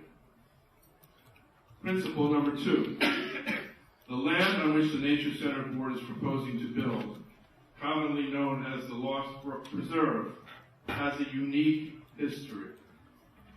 It was acquired in the mid-1970s as the result of an extraordinary community effort involving federal and state governments, numerous national and regional environmental organizations, and most importantly, the citizens of Tenafly, who voted 2-1 in a 1974 referendum to support a bond issue to fund part of the acquisition, and who supplemented the bond proceeds with additional private contributions. As the very wording of the referendum question and subsequent borough resolutions make crystal clear, the intent of the purchasers was to preserve the acquired land in, quote, a passive natural state, unquote. Because of this history, a distinction must be made between this Lost Brook land and the other properties currently leased to the Tenafly Nature Center, and firm measures taken to preserve its inviolability. Principle number 3. Simply because the State Green Acres program does not specifically prohibit the use of land acquired with Green Acres funds for educational and recreational purposes does not mean that opening up the Lost Brook Preserve to such development is, in fact, a desirable thing.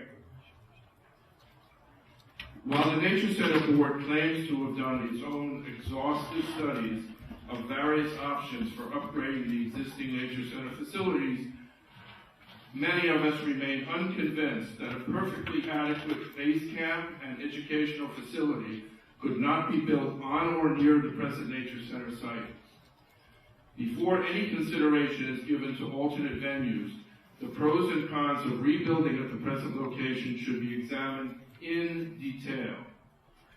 In retrospect, we can see that the first major mistake by our mayor and council in this matter occurred at a March 2012 work session, when it gave no objection approval to the Nature Center to approach the State Department of Environmental Protection for a wetlands delineation.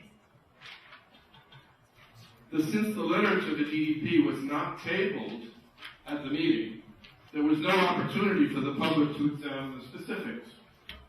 And it appears the council itself did not even realize that it was indirectly approving a specific 15-acre site for potential development. The wetland study that was the basis for the TNC decision to choose this particular site was not submitted to the council or shared with the public. So how did the council make a rational determination of the appropriate site based on the merits? Principle number 4.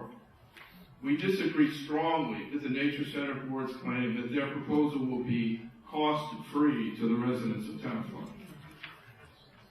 Not only have the practical aspects of flooding, traffic, and safety problems not been dealt with, but the clear focus of their marketing plan is to create a major regional center under the control of wealthy corporate and individual donors. This plan will ultimately change the nature of our park and decrease affordability and the easy access to the facilities that Tenafly residents have long enjoyed. In an area rich in environmental facilities, such as the Palisades Interstate Park, the Greenbrook Sanctuary, Flat Rock Brook, and the Coaster and Demarest Nature Centers, to name a few, There is no need for the Tenafly Nature Center to build more than a functional and unobtrusive new center at its present historical location. At a time when philanthropic giving is stretched to the limit, attempting to provide for far more urgent social needs in this country, it is both unrealistic and inconsistent with the long-standing values of this community for the TNC board to propose diverting up to $6.9 million in private and public resources to further their platinum standard vision. I would now like to turn the platform over to my fellow Tenafly resident, Ernie Kotinas, who will provide more specific commentary on the Nature Center proposal site.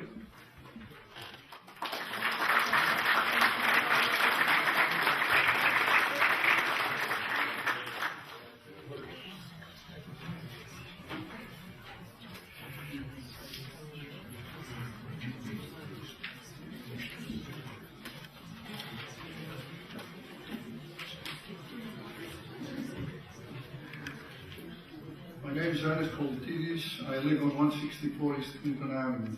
So can you spell your last name, please? I'm sorry? Can you spell your name, please? Kollit for Tom, ID for David, E-S. First name E-R-N-E-S-T, Ernest. In the interest of brevity and mathematical accuracy, because we heard too many things here tonight that are not accurate, I wrote my comments this time, perhaps the first time that I address this panel.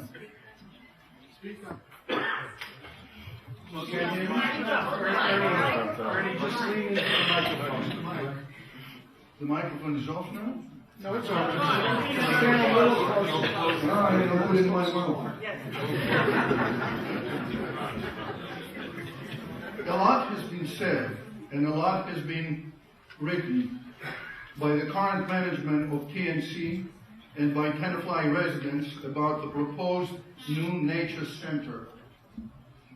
Misinformation and gaming of the facts have been used to justify the wrong East Clinton Avenue location.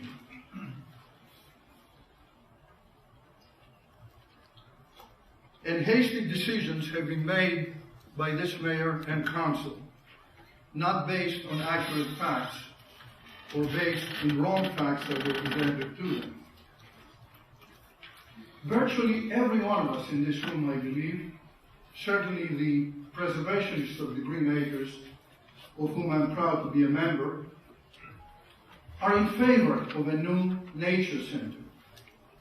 The existing one is old, and as a result of willful neglect, has not been properly maintained over the years. It's in bad shape, you all know who visited it. Thus, the major item of debate tonight is the ultimate location, and there are presently two contesting views of it. One, by the Green Acres conservationists, that is the Tenafly residents, who are fighting to see that the new center be constructed at the location or near the location of the existing center. And I will give you the reasons later on why we are in favor of that. The other, of course, is by the present management of the Nature Center, who wants to construct it off East Clinton Avenue across Kent Road.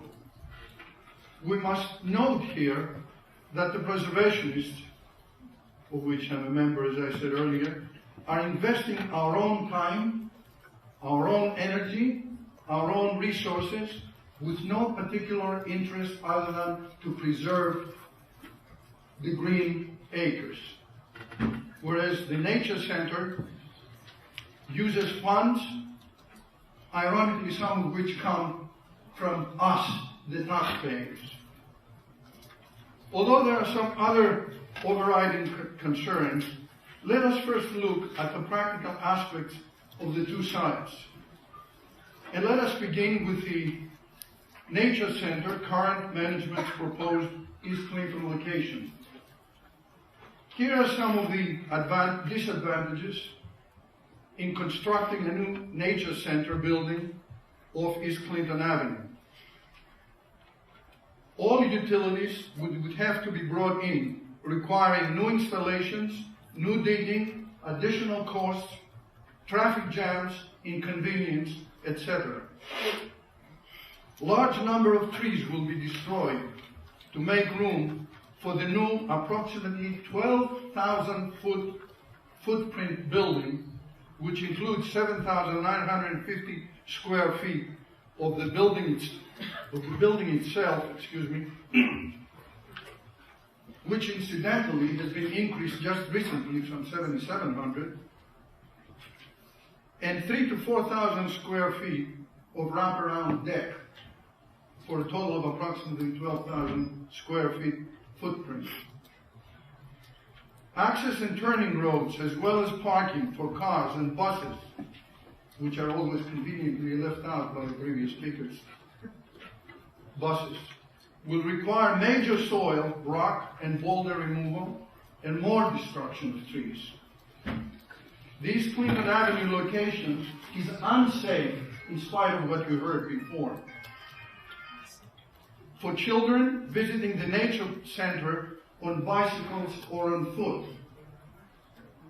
How many parents here would let their kids either walk to the new nature center if it is indeed off East Clinton Avenue with all the traffic? How many of you would you allow your kids to use their bicycles to get there? They're doing just this in the old or in the existing center. Buses and cars turning on East Clinton Avenue will be exposed to accidents. Just recently, we had an accident where a Mercedes-Benz lost control and 2 people got badly hurt. And this is not the first one. A couple of years ago, I witnessed another accident literally in front of my door. The elimination of large amounts of exposed soil, the elimination of large amounts of exposed soil and rocks will cause erosion and expensive flooding problems in all homes south of East Clinton Avenue. Some of them are having problems today. They're relatively minor. They only can get worse as new construction takes place in that location. We understand that the Nature Center has commissioned 3 hydrology studies, but refuses to reveal their findings. We must ask, what is the reason for this unjustified refusal? Hey, this is our park. Belongs to us, the residents of Tenafly. We need to know. We must know. We have a right to know. But they're refusing. It will require the blasting of major rock formations, especially at the proposed entrance opposite Kent Road. The construction will forever change the natural plant, tree, and animal ecology of our nature park and will open the door to additional future developments. The proposed location will make the new nature center obtrusive in a virgin section of the park instead of blending it with the environment as the present one is doing today. Controlling traffic in the area, snow removal of its roads, etc., will accrue to the cost of Tenafly residents as increased municipal costs. Let's not forget that. An entrance at Kent Road will require the widening of East Clinton, no question about that, and may revive an old plan to construct a parkway interchange on Route 9W, providing an entrance to Tenafly, something that was strongly opposed by Tenafly. Many of you don't know that. Don't feel bad, neither did I until I started looking into it. The building's substantial glass design, although very attractive at first glance, it is not safe or practical for kids as they tend to walk into glass doors. It is also not safe for birds that tend to dive into it when they see the reflection of trees in them. They think it's an extension of the forest. I personally witnessed several dead birds practically every summer in my own lodge windows. And here are some of the advantages now in constructing a new nature center at its present location. Remember, I said we do not object to a new nature center. We object to its proposed location. The present nature center provides several advantages. Here are some. All required utilities are already there. We don't need a new one. Electricity is there, gas, water, telephone, internet service, sewage lines, etc. All they gotta do is connect to them. The Hudson Avenue entrance into the nature center is free of heavy traffic. Parking space is available and could easily be enlarged if necessary. Need for cutting trees will be kept to an absolute minimum. This location provides safety for children visiting on bicycles and on foot, unlike the previous location.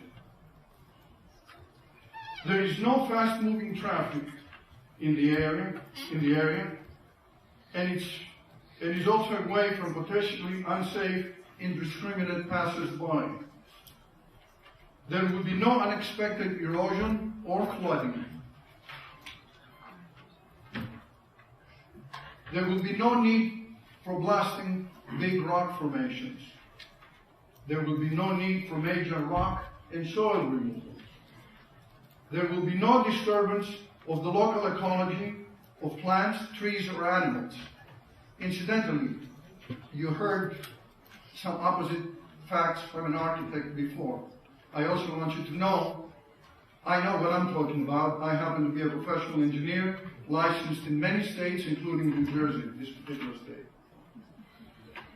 And had many of the facts been known to us, or been given to us by the Nature Center, we would have been able to study them and advise both the mayor and the council maybe to some of the pitfalls before certain decisions were made. Unfortunately, this did not happen in spite of our repeated efforts.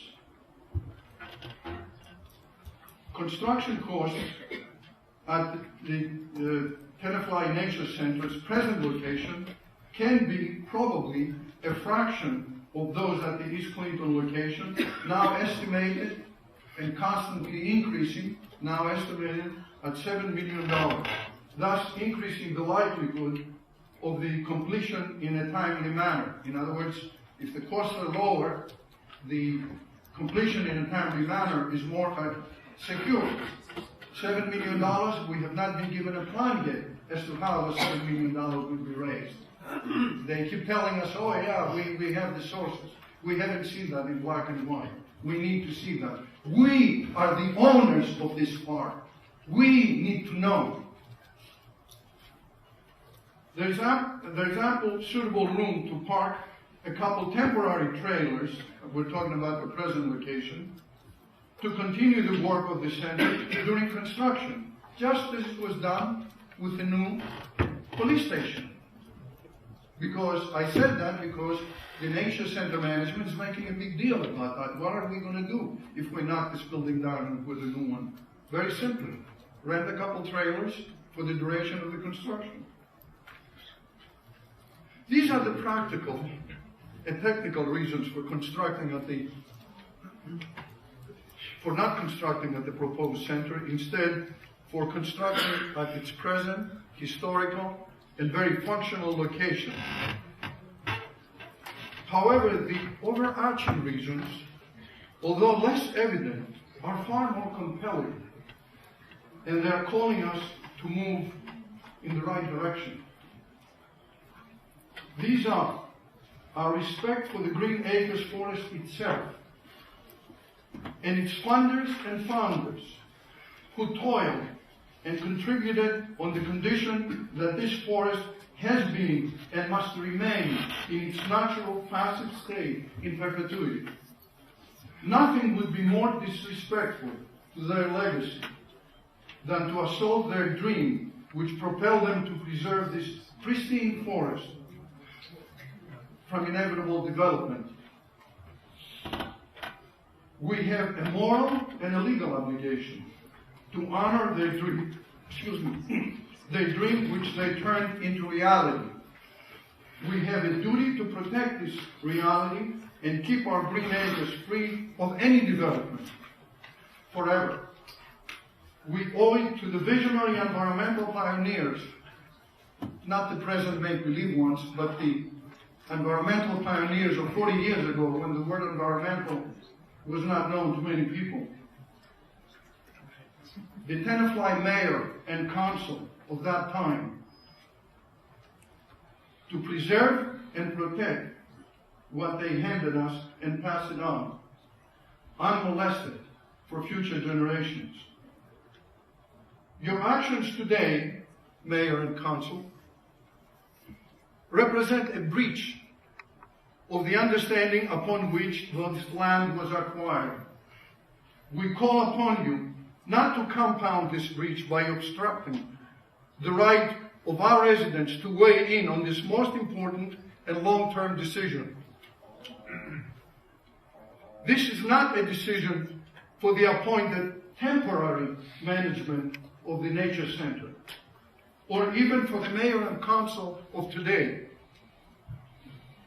This is a decision for the people of Tenafly. This is a decision of the people, by the people, for the people of this town of Tenafly, because they're the ones who purchased this park. They're the ones who worked hard to get it.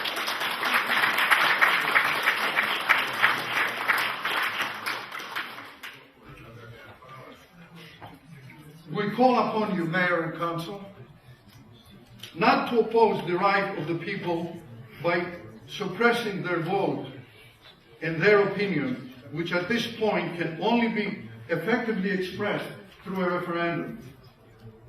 We urge you not to succumb to pressure and unsupported promises by the management of the Nature Center of today and oppose the most egalitarian and free manifestation of democracy, namely the referendum, which the people of this town want and will insist on having. The simplest definition of a public referendum is the submission of an issue of public importance to the direct vote of the electorate. There has hardly ever been a more propitious time in this town, at least in the 22 years that I lived here, than now to use a referendum. Do not allow your present tenure, Mayor and Council, to be recorded in our town's history for its obstructionism of a pure democratic process and the subversion of the voters' constitutional right. We respectfully pay tribute to the Mayor and Council of 40 years ago for their open-mindedness and their use of a democratic means to achieve their admirable goal of saving the Green Acres for Tenafly. You are now called upon to use this opportunity to let the people of Tenafly decide the future of their own green acres through a referendum. Anything less will weigh heavily on your own legacy, as it must. History might excuse you for your premature decision in favor of the wrong East Clinton Avenue location. History, however, will never forgive you if you kill the right of the people to decide this most important public issue through the most democratic instrument, the instrument of a public referendum. The people want it. The people deserve it because their opinion and vote counts. Our democracy guarantees it. And we will insist and will, resist any attempts to block it. In conclusion, it is ironic that the voters of this town have to demand their right to decide this important issue by means of their free democratic vote. The same free democratic vote that elected you into your present office in the first place. In the instant case, the decision of the Tenafly voters must likewise be expressed through the vote of a referendum. The Tenafly Green Acres were born out of a referendum, and we are resolved that their future can only be decided by a referendum. The Tenafly voters will accept nothing less. Thank you.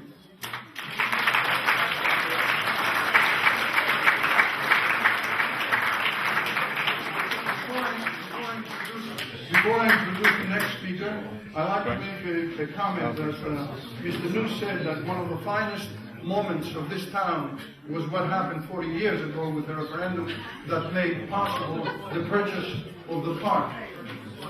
Let's not destroy the finest moment by destroying the pristine nature of this park. And now, Mr. Nigro will speak, a man who needs no introduction from me, a longtime resident of Tenafly, whose home is near the entrance of the present Nature Center,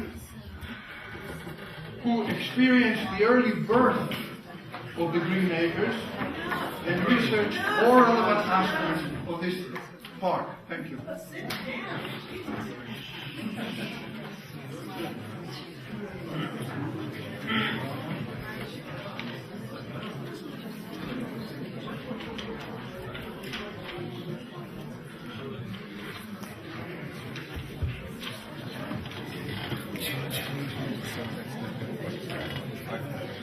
Good evening.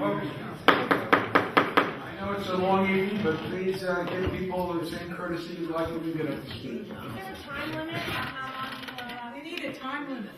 Well, there's going to be a time when they have an opportunity to present the case of the opposition. I told them they could take, I was hoping they'd be a little less repetitious than the last fellow, but I know Jerry, he's not repetitious. A lot of words I use, but not repetitious. Well, thank you, Mayor and Council. I appreciate it very much. My name is Gerald Nigro, number 5, Stony Brook Road, Tenafly. Please spell your last name, please. N-I-G-R-O, Gerald, G-E-R-I-L-D. I hardly know where to begin this evening because it's so much said. I would like to go to one specific point. The plan by the Nature Center to build East Clinton Avenue and Kent Road was conceived under 2 years of secret planning, which is counter to everything the Nature Center has ever stood for. They were always open and transparent, and I think it's absolutely a disgrace that they did not trust the people of Tenafly to support efforts for a new facility. There is no need to do anything in secrecy now, before, or in the future. I'd like to call to your attention several points. The first one being the great concern of flooding. The architect this evening spoke about surface water runoff. And the surface water runoff is only part of the problem, because when they blast up there or dig up there, they can displace subterranean water flows, and that can create all sorts of havoc downstream. I've had the experience when I lived on Peter Linus Court for 20 years, when they built Tammy Brook. All the homes on North Great Court, or many of the homes on North Great Court and Peter Linus Court, had dry basements. And following that development, they wound up with flooding not only their basements, but also their backyards as well. Where we presently live for the last 30 years, when they built Tancrest, there was blasting going up there and much development, and we wound up with water in our basement again. So this is a serious problem. The people south of East Clinton Avenue have experienced basement flooding problems for a long time, and the Tenafly Environmental Assessment Board report of 1976 caution that any development on the East Hill will cause water problems downstream. I'm paraphrasing this, but I'm going to say they said it should not be developed.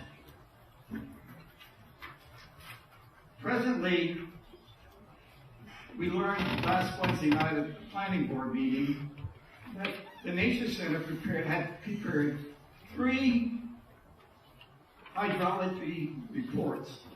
Not one has been released to the public. And I think we should hold them accountable for that.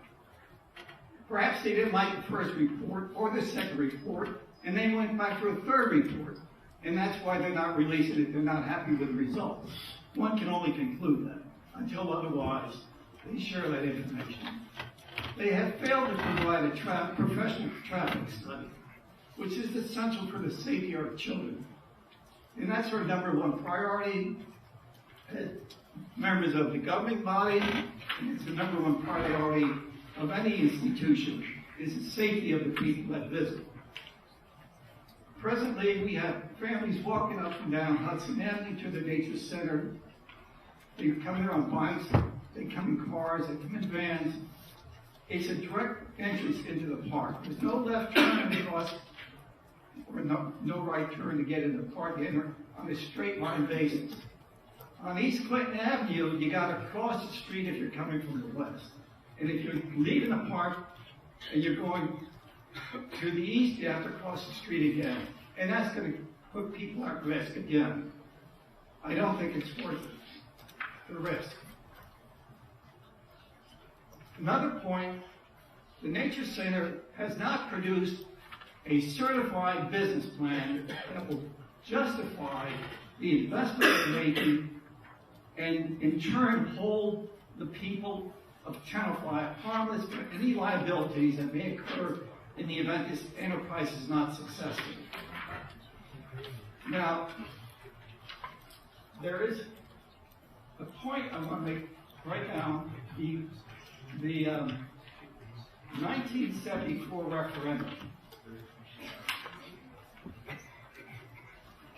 stated the purposes for acquiring the land is for passive natural open space controlled by the people of Tenafly. It doesn't say it's controlled by the mayor and council, and therefore we ask the mayor and council to grant us a referendum and let the people decide this issue.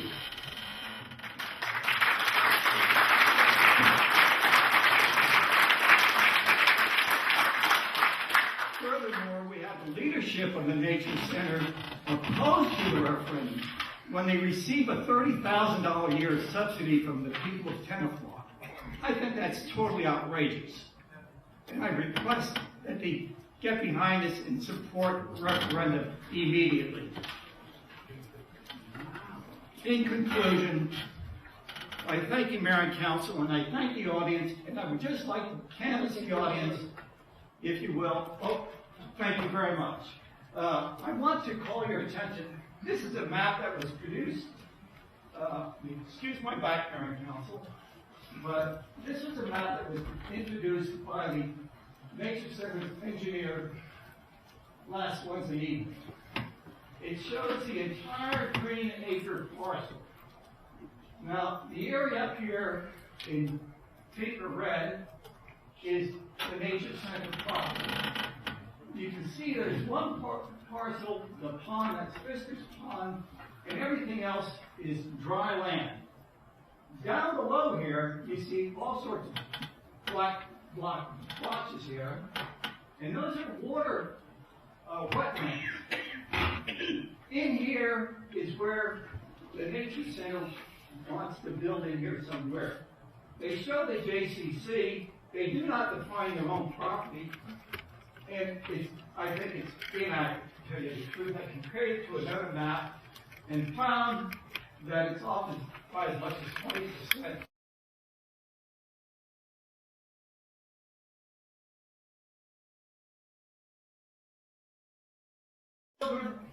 And I thank you very much for the time and attention.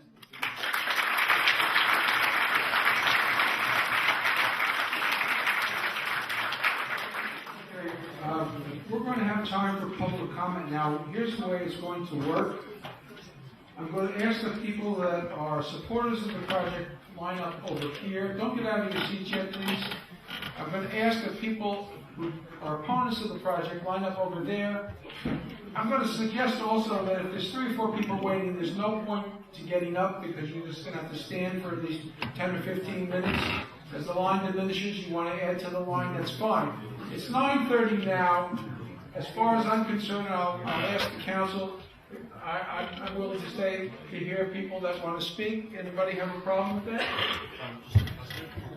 Okay, if anybody needs to leave early, No, Peter, I think we should. if anybody needs to leave early, as long as we have a quorum, we'll be here.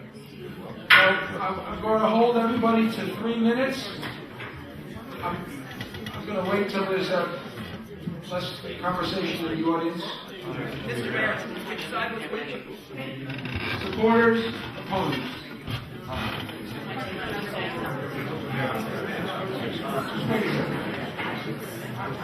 I need to ask you to simmer down. I'm not going to move this along until we have quiet.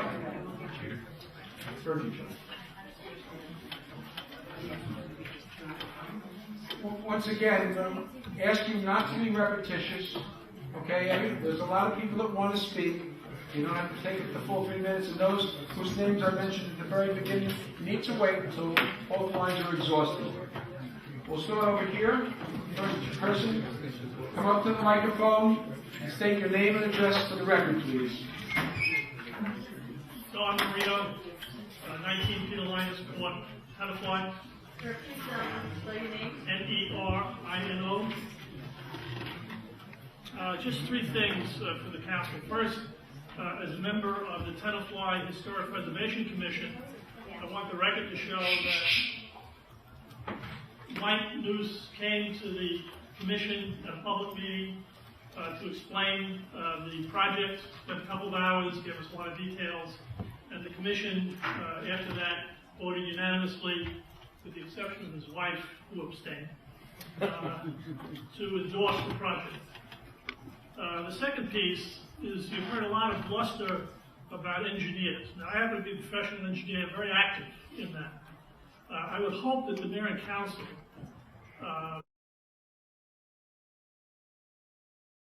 hire your own experts that are independent, that don't have access to grind, to give you whatever advice you want. I think that would be the fairest thing to everybody involved. Now, as a professional engineer, and listening to Mike going over all the details, I'm personally very impressed with the presentation that the Nature Center has done. All this talk about secrecy and other things like that are really besides the point. I've been involved in a lot of projects in Tenafly, and I would say this is one of the most thought out, best planned projects that I've seen.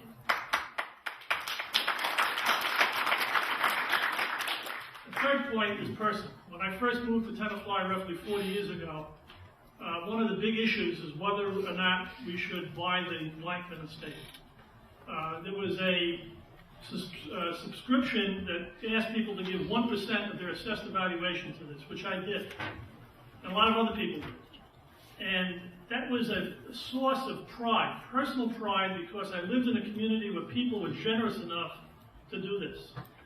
Tenafly made the New York Times editorial page about being the kind of community where people would get together to do something really special. I think the original Green Acres was very special. I think this is very special. If you want to live in a town where you're special, and we are special. We have great schools, we have great housing, we have good fields, and we have the Nature Center. The Nature Center has been one of the things that makes us special, and I hope you will take that into consideration. Thank you. I'm going to take the whole board to vote. We're going to try and move this along so that everybody can get to speak. Sir? Yeah, my name is David Simpson, and I live at 12 Woodland Park Drive. And I would like to... Hold on, David. Everybody else coming up, please spell your name for the... S-I-M-P-S-O-N. And I would like to point out that at one point there was a commitment on the part of the mayor to hold a referendum, and he then withdrew that commitment later on the bogus grounds that non-Tenafly residents were supporting activity against the Nature Center. But I want to deal with a very serious practical issue. New Jersey is littered with projects that get started and then get stopped because there's inadequate financing. The thing in the Meadowlands is probably the most egregious example. And in this respect, and I have talked about this before to the mayor and council, I think that the lease, which they rushed to approve for reasons which are completely incomprehensible, the lease is a totally inadequate document to protect the town. And I want to point out the particulars. And maybe this is the unintended result of having used as a template the 2005 lease, but the 2005 lease did not involve the development of a multi-million-dollar project. It involved simply a stewardship of the existing land. In the new lease, the mayor and council granted what is essentially a 5-year option to the TNC with a 24-year lease term to follow from an indeterminate point in the future. Apparently, the 24-year period is to run either from the commencement of construction or the completion of construction, but this is not clear in the lease. Strange. Of primary concern to me, there is no sufficient description whatever of the project to be built in the lease. There are no plans and specifications provided, and only the barest description of what the project is to consist of. Incidentally, the lease does not impose a 2-acre limitation on this project. Understand that, I repeat that. There is no limitation in the lease that says that they can only utilize 2 acres of the nature center.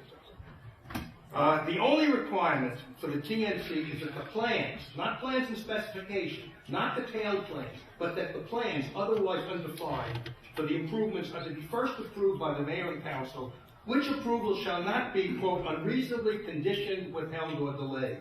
I submit to you that that is a giveaway, and that no responsible landlord and then no municipality should ever give such carte blanche to a private party so that they can then come back and litigate over whether or not the mayor and council have been reasonable. That is an absolute recipe for disaster. The lease provides completely inadequate protection for the borough, particularly when we're talking about building a project that has now escalated in cost to as much as $7 million. It's necessary to keep in mind that the project has got this escalated cost, and it would be one of the largest building and development projects in the history of Tenafly. But I tell you that if you read the lease, you will see that the council and mayor have less control over this project than the building department has. The lease is also deficient because, apart from failing adequately to protect the borough's approval rights, it contains totally inadequate financial protections for the borough. Yes, I will, Mayor. This is a very important point, and I think people should understand. There is no requirement for the TNC to post acceptable payment and performance bonds. There's no requirement for the TNC to prove its financial responsibility before it starts the project. This is an absurdity. If the project falls in mid-process, the borough will be left with an unfinished job and confronted with the necessity either to complete the project or to demolish the project, in either case at taxpayer expense. There is nothing in the lease, nothing, which requires TNC to provide proof of its ability to pay for the project before it can commence work. I mean, this is preposterous, and I don't know why there's this headlong rush to approve this project in the way that has been happening, and I don't understand why the mayor and council would approve a document that is so deficient in terms of the protections, financial and otherwise, that the people of this town are entitled to when land that is really sacred land in this town is being turned over to a private party. Thank you.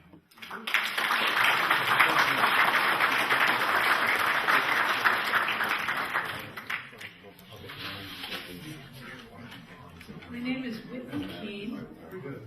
Whitney, W-H-I-T-N-E-Y, Keene, K-E-E-N. I live at 64 Oak Avenue. I've lived there for 40 years. I did contribute to the original purchase of the Blankman property, and I have been on the board of the Tenafly Nature Center in the past. I wanted to address in particular the contention that nobody looked at the site. That is absolutely not true. When I was on the board, we were desperate for space. We looked into it. The terrain is very irregular, and it's got a lot of wetland areas in that terrain, and the parking is woefully inadequate. What we did as a stopgap was to build a pavilion. And it exists and still there. And, but it's not, it doesn't meet the needs now of the Nature Center at all. And enlarging of that space is going to have traffic issues. It's going to have, you're going to cut down trees either place, by the way. If you cut down the trees in Hudson Avenue or you cut them down by Clinton Avenue, you're cutting down about the same number of trees via the same number of space. The other thing I wanted to bring up was that we're talking about plumbing and utilities and so on not being available. The JCC is already up there, and it has plumbing and it has utilities. So I think that there is access to plumbing and utilities. And the same thing with the traffic. The JCC again has a left turn, and if you do the traffic lines correctly, you can do exactly the same thing. And I don't read about constant accidents there. Maybe there are, but there are probably more of them where I live on Oak Avenue, where they go too fast. We have accidents. We have flip cars.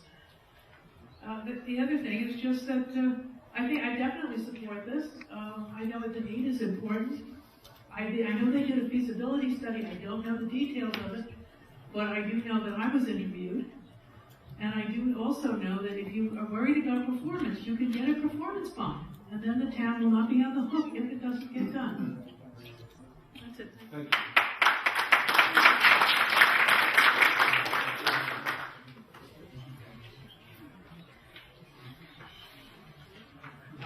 I am Daniel Malcolm, M-A-L-C-O-L-M. I live on Oxford Drive in Tenafly. Oxford Drive in Tenafly is where I live, and that's rather close to where the proposed nature center is to be. 9W enters into East Clinton Avenue, and therefore East Clinton Avenue drains a rather wide area, which has access then to the nature center, which is concealed from the road and is quite isolated. I think that there should be at least legitimate concern about policing this area and making sure that the land is not used in an illicit manner. And I think that there is at least a potential risk of, if it is used illicitly, to the residents in that area, and I think that this is something that should be addressed. Thank you.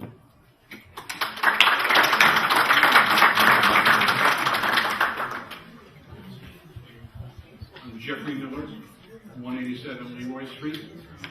I'm a 25-year resident. I'm a 5-year member of the Tenafly Environmental Commission, and I'm 22-year and still coaching for Tenafly soccer. So, and I hear you. Go team. But I'm here, and I'm shocked to think that there could be any objection other than some of the technical details, which I think in a larger vision would get worked out. I think when the people who set aside the Green Acres had a bigger vision in mind, and I think that at the time there must have been some consternation from the taxpayers in town who may have lost a rateable to a nonprofit to set the land aside and not have it be developed for future taxes. So there was something that Tenafly gave up at the time for the sake of the bigger ideas. And I think we need to, as a community, embrace the bigger idea, which is the education of our children to the ideas of nature conservation and sustainability. I think it's important. I think it's not connected to the kids, as people have said earlier. I think this is something that is a continuum of the good work that Tenafly Environmental has done and has started a long time ago by these great people, some of whom in the room.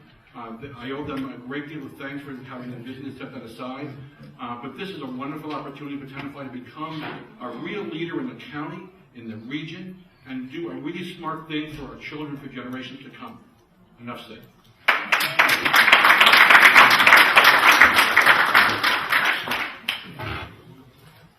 Hi, Ben Nissan, 29 down the drive, speaking I'm on... sorry, so can you Ben Nissan, D-E-N-N-I-S-S-I-M. Speaking on behalf of the Tenafly High School Young Democrats. High school what? Young Democrats. Talk slower, Ben. Sorry, speaking on behalf of the Tenafly High School Young Democrats. Ben, just say what you got to say. Okay, so The subject of the nature center expansion and movement has been topics of great debate among the Young Democrats, and though we haven't reached a full consensus on whether the plans should go through, I just say the one thing that we can all agree on is that there definitely hasn't been enough transparency on what these plans are going to entail, the environmental consequences and the cost of them available to the public as a whole, and I think we all agree that it's very important that the public should have access to all the records of these plans and should have access to them online to form their own opinions on this matter. I think if we're going to have a referendum on whether, and I do wholeheartedly support the idea of a referendum on this matter, it's important that the public has access to all the information, and I think that it should be put online on the borough website. I think that's something that we can all agree on. Thank you.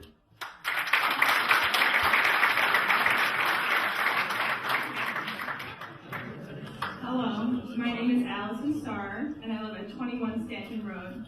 Allison, A-L-L-I-S-O-N, Starr, S-T-A-R-E-R. I'm the senior at Tenafly High School.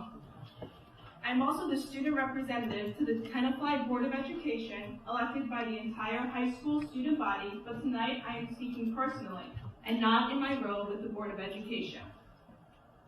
I've lived in Tenafly for my entire life, and I am a fourth generation Tenaflyian. Both of my parents graduated from Tenafly High School, and grandparents on both sides of my family still live in this town and are here in the audience tonight. I wholeheartedly support the proposed Education and Discovery Center as proposed to be built in the new location off of East Clinton Avenue. The number one reason that people move to Tenafly is because of its excellent schools. Tenafly Public Schools work closely with the Tenafly Nature Center to utilize its facilities. The Nature Center's educators teach Tenafly students about science, nature, animals, and environment. Lessons are crafted to meet precise state core curriculum mandates, and elementary students go on multiple field trips for interactive lessons at the TNC during the school day. I believe that the staff of the Nature Center does excellent work and that its Board of Trustees have been very good stewards of the land. They are the professionals who know the needs and the challenges facing the Nature Center. They have hired prominent, expert architects and engineers to advise them as to the best design and location to meet these needs. The Tenafly Nature Center, which is a nonprofit organization, is working so hard to provide an exciting new space to meet the needs of our students of Tenafly and their families, free of charge to the Board of Education and free of charge to the taxpayers of Tenafly. They are willing to raise all of the funds themselves. Having a state-of-the-art education and discovery center building at the Nature Center will directly, positively impact the educational opportunities available to students of all ages. I implore you not to delay, not to have an unnecessary referendum on this project.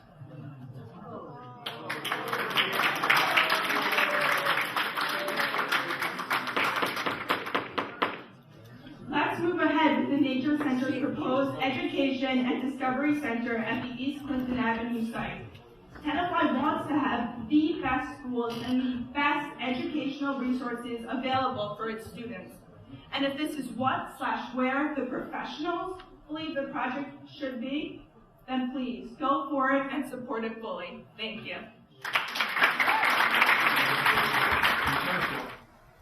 2 or 3 years later, he's mentioning that in Atlantic City. Let's be civil here. Whether you agree or disagree, I don't even want to hear applause because it slows the process down. But there is no excuse for hooting or booing. That is just bad manners, whether you agree or disagree with whoever's got the guts up there to speak. I expect better from Tenaflyans. Hi, my name is Emily Waltman, W-A-L-T-M-A-N. And Mrs. Kleinbaum spoke about the importance of educating our youth, and I think that based on the premise that actions speak louder than words, what kind of education are we giving them and telling them that they can go and just destroy this land? I don't think it's right. I just wanted to say that I do think it's something that very bad message and setting a really bad precedent that we haven't had for the past 30 years in Tenafly. Thank you.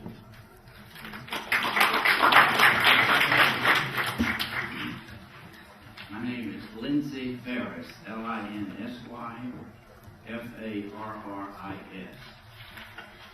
I've been a resident of Tenafly now over 40 years. And my move to Tenafly came in 1969 when I became a member of the faculty of Columbia Presbyterian School of Medicine in the Department of Ophthalmology. I've continued in that position since then and enjoyed living and raising my 3 children in the Tenafly school system. I'm fortunate to have one of those children with 3 of my grandchildren living in Tenafly and gaining their education in the Tenafly school system. Now, the Tenafly Nature Center has been a valuable educational resource for all of my family, particularly for a grandson who has utilized those resources to reach the goal of being an Eagle Scout. He's not quite there yet, but he will soon reach that goal, I have no doubt. The Tenafly Nature Center teaches us respect and conservation of our natural resources. The gifts of our forest land and wildlife is not to be taken lightly because they can vanish almost overnight. And that was the reason that my late wife Vivian and I, at a very young age, decided to financially support conservation of the land under the Green Acres program. That was a long time ago.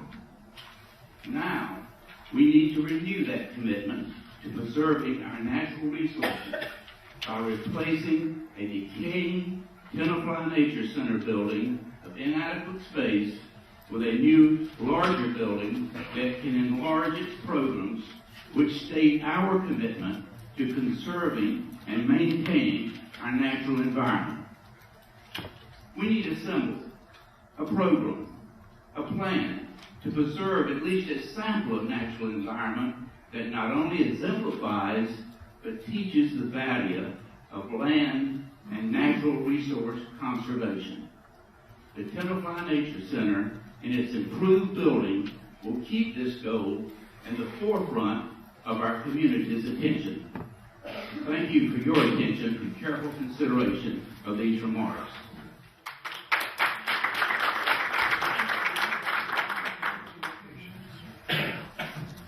Good evening. I'm Dr. Ann Guillory, Guillory. I live at 235 Buckingham Road, which is the corner of East Clinton. Let me begin by saying that my first profession was to be a biology education high school teacher, and I am a certified science teacher in the state of New Jersey.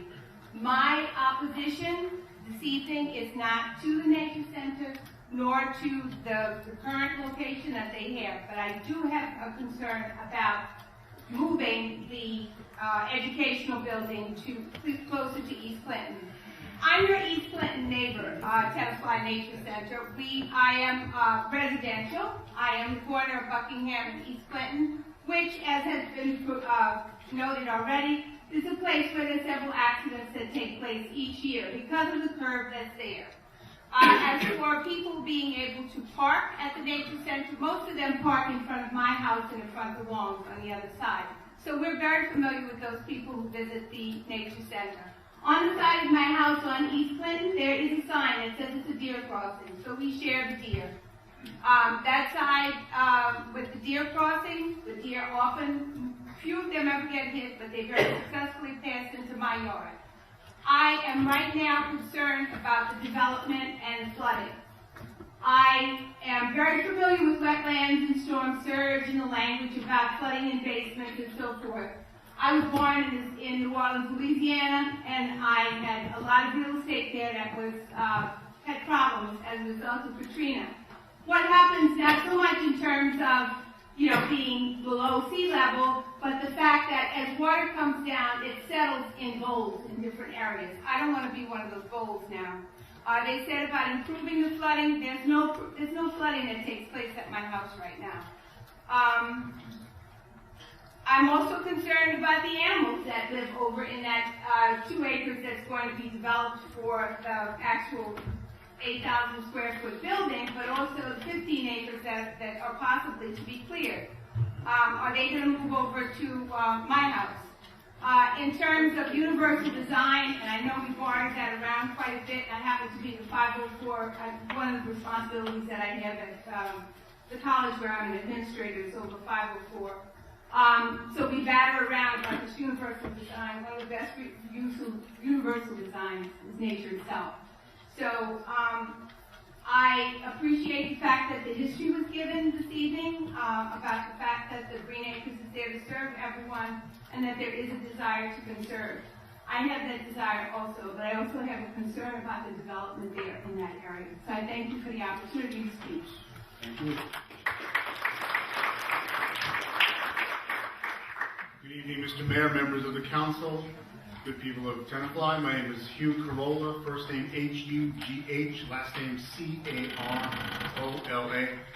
My address is 617 Spring Valley Road in Maywood, New Jersey. The reason why I'm here today is because I am here in my capacity as the president, the current president of the Alliance for New Jersey Environmental Education, known as ANJE, A-N-J-E-E. ANJE was founded in 1985. It is the central and most active supporter of environmental education statewide in New Jersey. We count numerous formal educators, teachers, administrators, non-formal educators as myself, and the good people at Tenafly Nature Center. Having been in this position for a year and having been a trustee and advisor of ANJE for over 10 years now, it's been my opportunity and honor and pleasure to work quite closely with members of the staff of the Tenafly Nature Center, both going back to Mr. Masatello's time, to Ms. Kleinbaum and Ms. Davidson, the current education director. And as far as the work that they do here, I don't have to say anything about that. You all know the quality of their work, their commitment to nature, their commitment to environmental education, and in particular to the people, the children of Tenafly. And it's about them, and I also want to say, it was very good and heartening to see young people up to these microphones. Far too often at meetings like this, you don't see but for the gray beards and the gray hair, right? So I give them all a good shout out. I was just going to quickly tell you my greatest fear for the future. When we look at natural systems, be they forests, be they wetlands, be they anything, you can't think of this year, next year, 5 years, 10 years. You've got to think in hundreds of years. My greatest fear is that as time goes on, if there aren't enough people who get a chance to understand, see, touch, feel, smell, experience real nature, they just won't know what it is. We already suffer from nature deficit disorder. We already are addicted to these things. Okay? I've seen people walking through the woods doing this. I mean, for God's sake, what's the most, you know? So my biggest fear is if this continues to this absurd conclusion, my biggest fear is that someday, at some point in this community or in another community not far from here, a young person will say to their mom, their dad, or grandma, or grandpa, how come there's just woods over there? Why isn't there a house or a mall or something over there? It's just trees. And mom or dad or, God forbid, grandma or grandpa will say, I don't know. How do we prevent that from happening? With environmental education. My good friends at the Tenafly Nature Center know what to do. They're doing a great job. And this new center will be an investment, not just here, but in environmental education, region-wide, statewide, and for the future. Thank you very much for the opportunity to speak.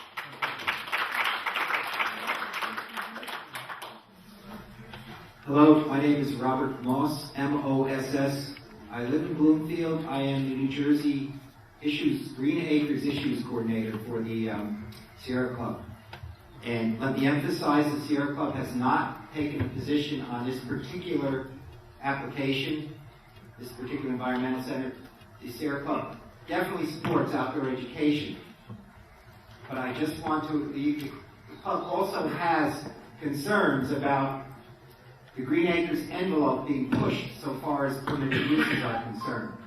Let me remark that even though this project has been approved by Green Acres, I saw the letter in the handouts, Green Acres, the Office of Green Acres and the DEP has approved many projects clearly in contradiction to their own regulations. And I can name 4 of them off the top of my head because I didn't prepare these remarks. You have McClune's Restaurant in South Mountain Reservation in Essex County. You have the indoor ice skating facility, same South Mountain Recreation. Let me remind people that the permitted uses are, I'm sorry, what did I say? It's an indoor skating facility. The permitted uses are outdoor recreation. You have a small parcel in Edison, which was disposed of with Green Acres approval as an amendment to the recreation open space inventory. I can explain that to anyone later, but it was a clear violation of Green Acres regulation. You have a very large structure going up. Some of you may have seen it. Some of you may have seen it. It's on your right as you go south on the Parkway near exit 135. That's on Green Acres Restricted Golf Course. It's a headquarters for an administrative facility for a national golfing organization. So we just need to keep the Green Acres approvals in context.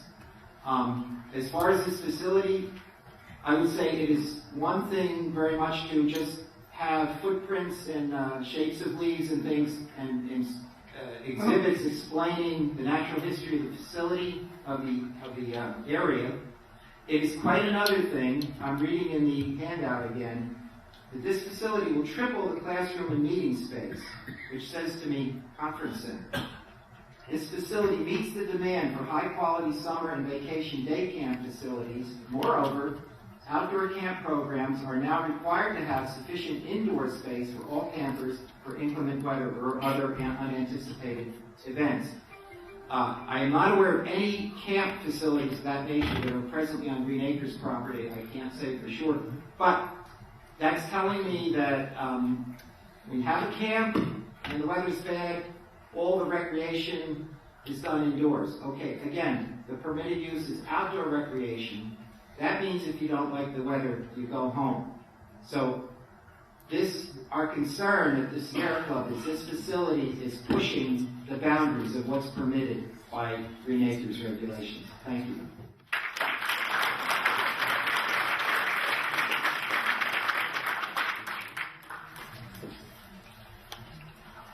Good evening. My name is Captain Bill Shea, B-I-L-S-H-E-P-H-A-N. I am the Hackensack Riverkeeper. Many people in this room probably are familiar with the program. I've spent a great deal of my career as a riverkeeper opposing projects. I'm here tonight to support this project. I believe this project is essential to the continuing environmental education of children here in Tenafly, and also as an example to other towns throughout the heavily populated, overdeveloped areas that we live in northern New Jersey. The idea that you would oppose a facility that has been given a great deal of thought, and I was very, very impressed with having listened to many engineers and architects over the years. I think they found themselves a really good architect. I never met the man before, but congratulations on his presentation tonight. And I've also heard a lot of undercurrent in this room about the conduct of the governing body here. And I'm going to tell you all that you are so lucky in this town to have this governing body. We don't always agree about everything, but we respect each other, and we've always respected each other, and they will tell you that. And that's the first step that people have to take when they set up on the dais there. They have to remember to treat everybody with equal respect, and I've never been disrespected in this forum. Thank you very much for that. The idea of having a public referendum has been broached by several of the speakers tonight. And the one thing about public referendums are, number one, in New Jersey, they're non-binding. If you went through the time and the expense of holding a public referendum, the mayor and council would still be within their legal rights to do exactly what they have to do, no matter what the outcome of that. That might be political suicide, they might not get reelected, but they could do anything that they want because they're non-binding. The other thing you have to be aware of is in a few states where they have binding referenda, it's caused havoc with the tax base, It's caused havoc for public services. It's caused havoc when people mount these campaigns to stop the government from providing essential services that people need, California being one of those examples. So be very, very careful, because public referenda are very much a two-edged sword. And once you open the door and you allow that kind of activity to go on, it becomes non-bridled government, and you no longer have the what's the word I'm looking for? The accountability that your elected officials have. And that's all I have to say about that. Thank you.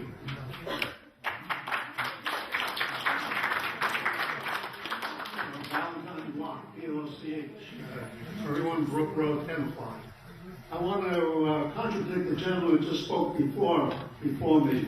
Several years ago, we had a charter study with Bob Miller, who died in that airplane crash, was the chairman. And the result of that charter study was initiative, binding reparation, recall, and to retain the present council system. So we do have binding referendum in this town. I came here to speak on precedent. By allowing TNC to break the covenant and to break the covenant will allow other worthwhile organizations to come before you or a judge on a basis of precedent to also break that covenant. Don't scoff at the word covenant, Peter. You lost the fight with the Arab people over precedent. That's how it was lost. I think that you're going to create a situation where we're going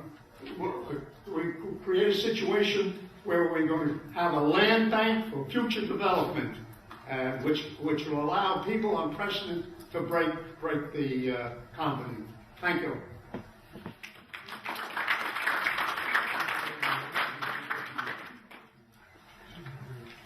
Joseph Lavin, Lavin, 99 Gordon Avenue. I'm currently the chair of the Tenafly Environmental Commission. And like the Historic Preservation Commission, we also had a presentation at our open public meeting, and we unanimously agreed to support the Tenafly Nature Center construction of a Discovery and Education Center off of Clinton Avenue. I just want that to go on public record. It was a unanimous decision on the part of your Tenafly Environmental Commission. Thank you.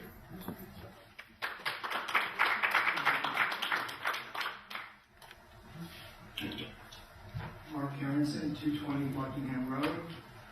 First of all, I feel like there should be a Counselor, can you spell your name, please? MarkAronson.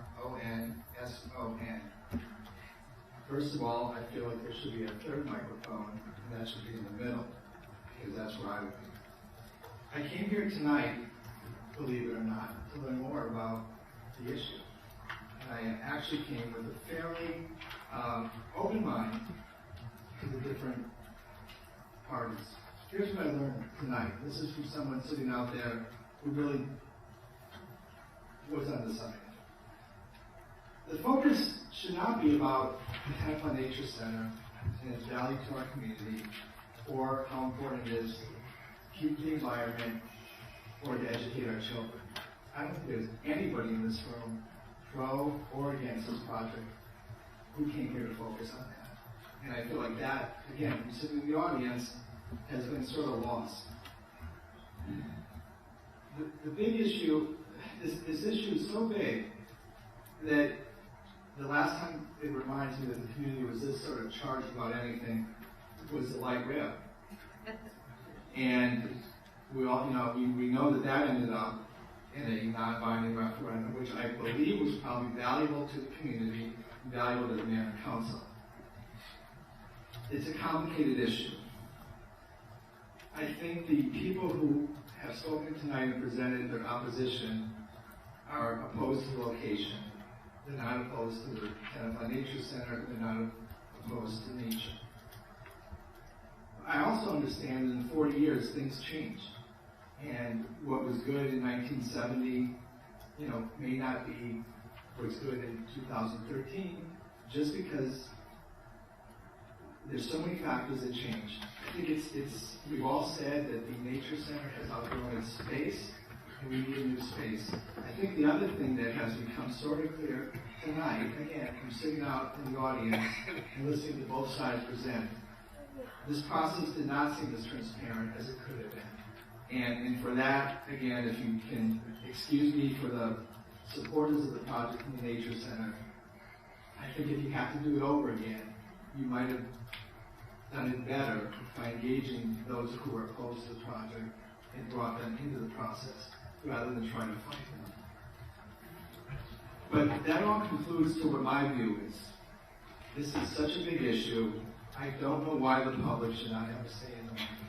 I can understand it's not binding, but I just am sitting out there wondering why supporters of the project or the mayor and council would not want this information. It seems to me, in terms of the timing, if the referendum was on the November ballot, it doesn't seem like the timetable of this project, if it was project goes ahead, would be that slow. So I sort of rhetorically ask you guys, why don't you want it? If you're confident in the project, if you think it's the right thing, you have months to go out and lobby for it, why don't you want to know what the public has to say? Thank you.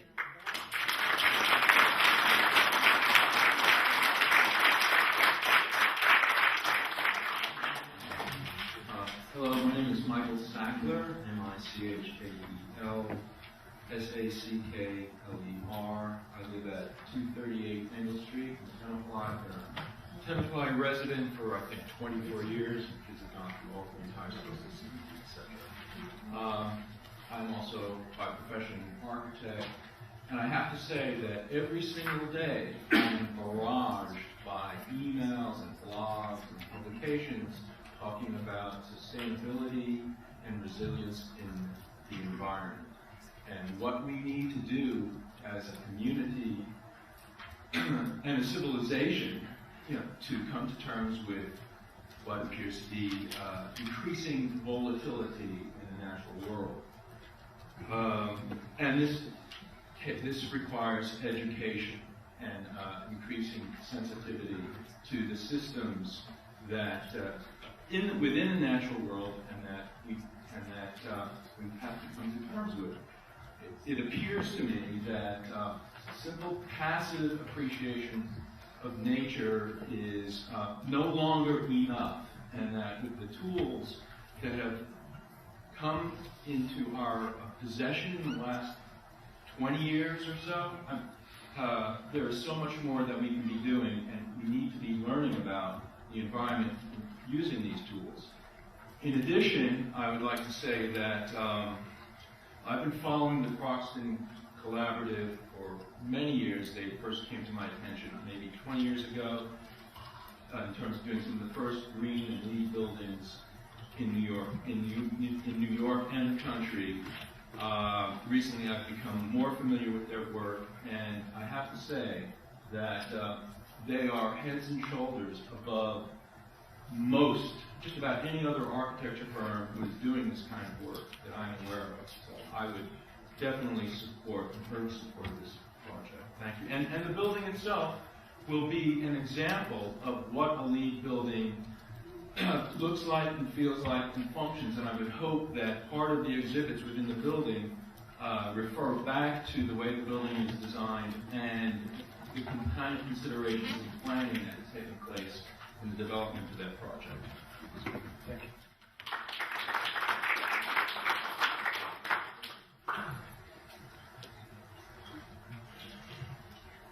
My name is Melvin Esrig, E-S-R-I-G. I live at 43 Royton Road in Tenafly. We moved here in 1970, so I guess it's 43 years that we've been here in Tenafly. I came to Tenafly after being a tenured professor of civil engineering at Cornell University one's engineering practice, have practiced civil engineering, and in particular, what you might like to call ground engineering, for 40 years. I was asked early in my stay here in Tenafly to be an expert witness for the borough of Tenafly in the litigation associated with the property we're discussing. And I have walked over that property and know it reasonably, but not extremely well. I have just two things to say. The first one is that the discussion this evening has been largely about the educational activities of the Nature Center. And I have no problem with that, and I don't think anybody else sitting here has a problem with that. The focus on the educational activity is, from my point of view, a red herring. The real issue here is related to where should a nature center be built that is economical, useful, serves the needs of the community. All of the issues associated with construction on that property were raised at the time of the trial and the unfortunate loss. But I stand here to assure you that if you would consider building on the existing Nature Center property that is rebuilding there, it can be done. It can be done in a reasonable and environmentally sound way. And because you're making a choice between two sites, but not between two purposes, just two sites, I suggest to you that there are significant advantages that I see to not having the buses coming in from all over Bergen County for the Nature Center, not having Clinton Avenue become a major thoroughfare, and so forth. But I just would like you to understand the building can be done at the current site in an environmentally sound way. Thank you.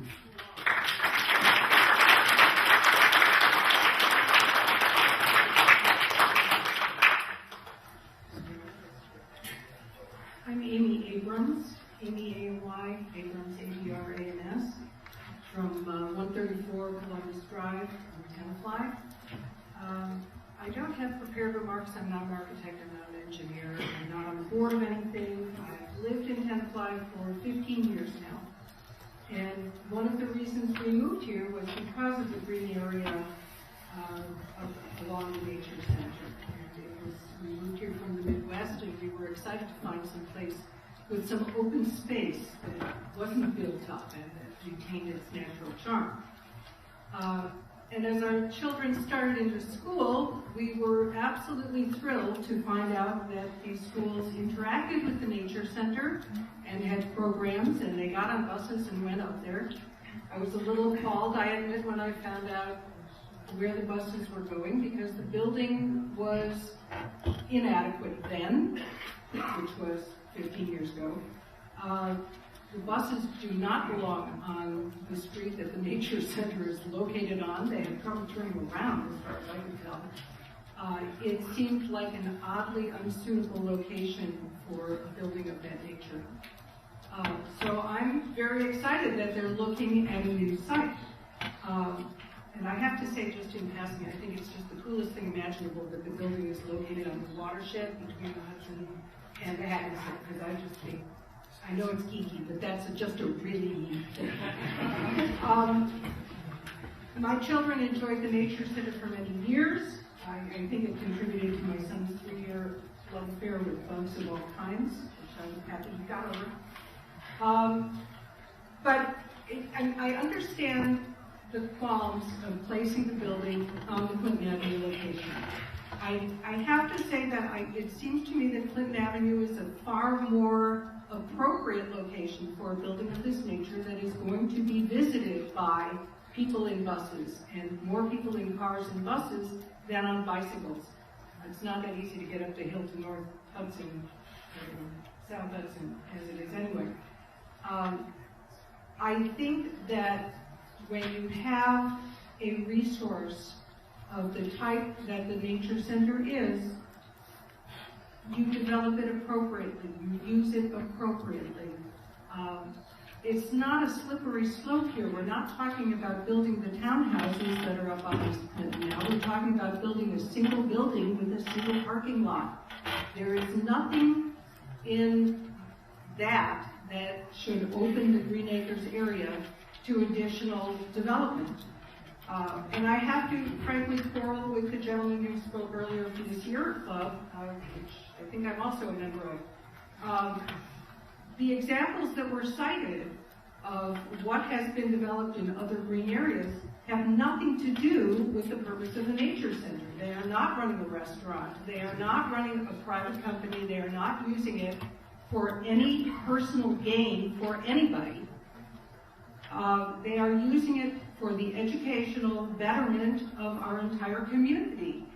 And I just don't think that that opens the door to anything beyond that specific purpose.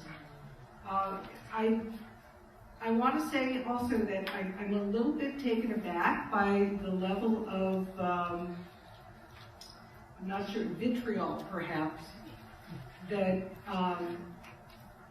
that seems to attend the plan to build and the way the Nature Center has gone about it. Because when you talk about secrecy, it seems to me that's what this process here is for airing what the work is that they've done and giving everybody a chance to respond. You don't start inviting people to ask questions before you've looked into them yourselves. And I think the answers that they've received from a wide variety of sources, they've done all of the studies that seem necessary and appropriate, and they've gotten solid answers. If you think anything further is required, I would encourage you to do it. But I strongly encourage supporting the new building.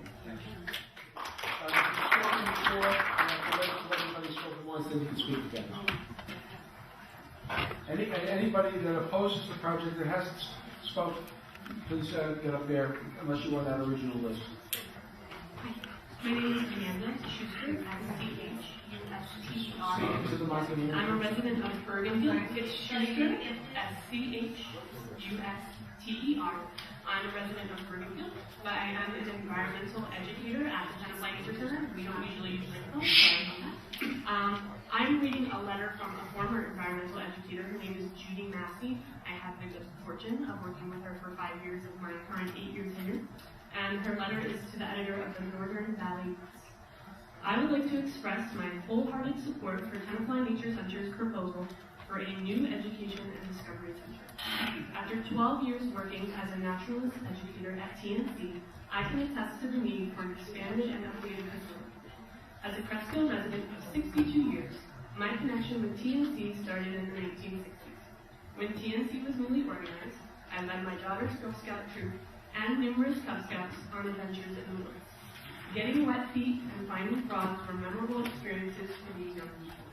I was honored to receive TNC's highest award, the Founders Award for Conservation, in 2007. The demand for on-site programs far exceeds the building's capacity, even with the addition of the pavilion and campfire range in the 1990s. A barrier-free, updated building with additional classroom space is vital to meet all program needs and to ensure a successful future for TNC and all of its environmental concerns. The proposed location on East Clinton Avenue will help visitors explore trails in the Lost Brook Preserve, which are now seldom used. The new building will support TNC's mission to provide access to the outdoors for all ages and abilities in the community. Thank you.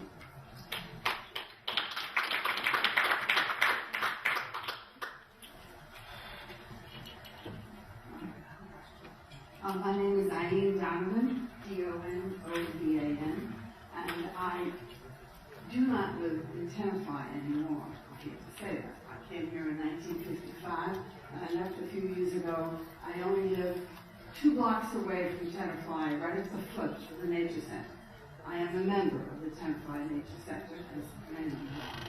And I have brought our 6 children up, my husband and myself, loving the Nature Center. It is part of our lives.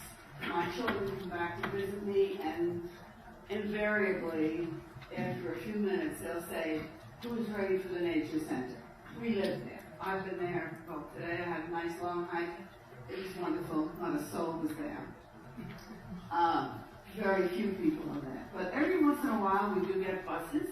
And the other day, we had a lovely bus pull up, and out came 25 little Japanese children. They come in from Fort Lee.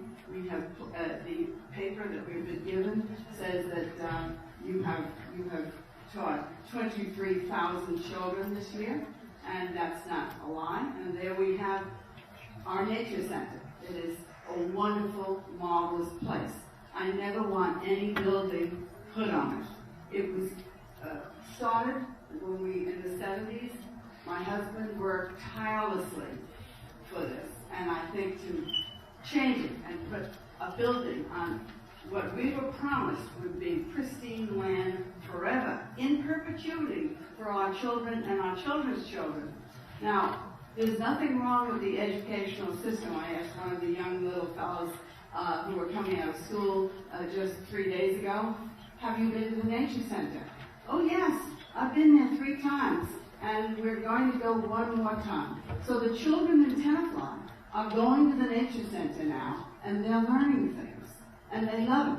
Now the building there, the Redfield House, hasn't been touched, and somebody has already alluded to that please, why hasn't some interest been given? We've had how many architects and how many builders have been already contacted at a great expense.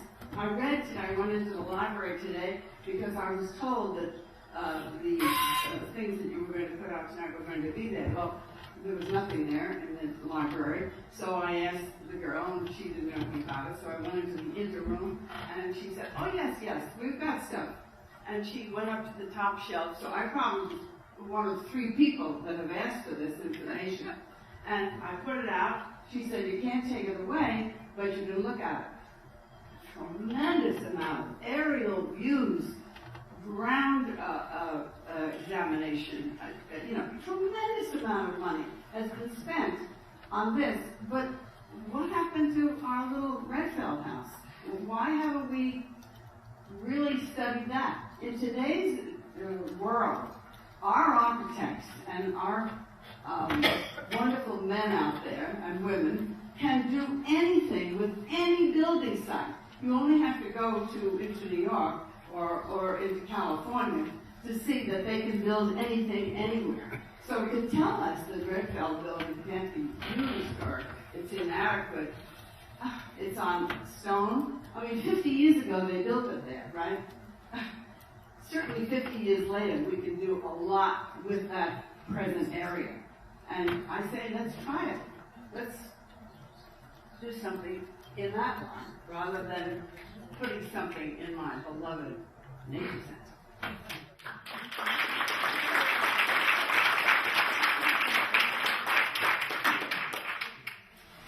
My name is Alice Rigney, R-I-G-N-E-Y, 48 Knoll Road, Tenafly. My family came here in 1883, and I'm still here.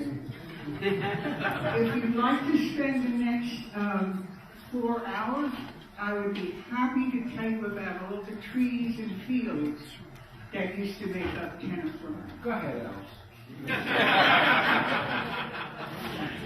And just, I would like to address one quick thing, answer to Mrs. Donovan. Yes, buildings can be fixed. I do remember when the old high school was no longer usable and it became the Browning House. Condominiums.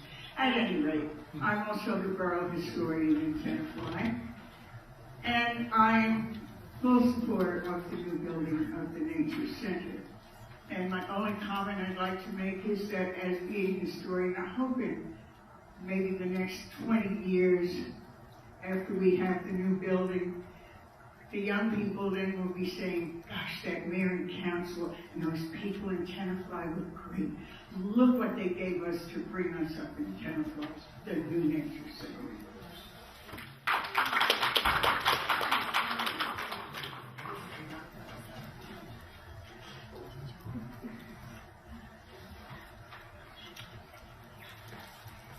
My name is Burton Greenberg, B-E-R-T-O-N-G-R-E-E-N-B-E-R-G. I really am not speaking, my mind is somewhat undecided. I'm really here to express two concerns that I'd like to share with you. First of all, as a person who, unlike many others, often walks up Clinton Avenue along the nature preserve, who looks and walks on the trails there, I'll point out to you, well, I think the first thing I wanted to say was that unlike a few people before me, I have nothing but the feeling that everybody is coming here with the best intentions. I'm not looking at this and it doesn't strike me that anybody has underneath it all any desire except to do what they see as best for the town. I don't think there's any plot or desire to hide from things. If something could have been done differently, maybe in retrospect it might have been done differently. The 2 points I want to make are, first, impact. I walk along Clinton Avenue, and if you ever walk there, you'll see unbelievable amounts of garbage thrown into the nature preserve along the road. I hike there, there's a trail that runs there.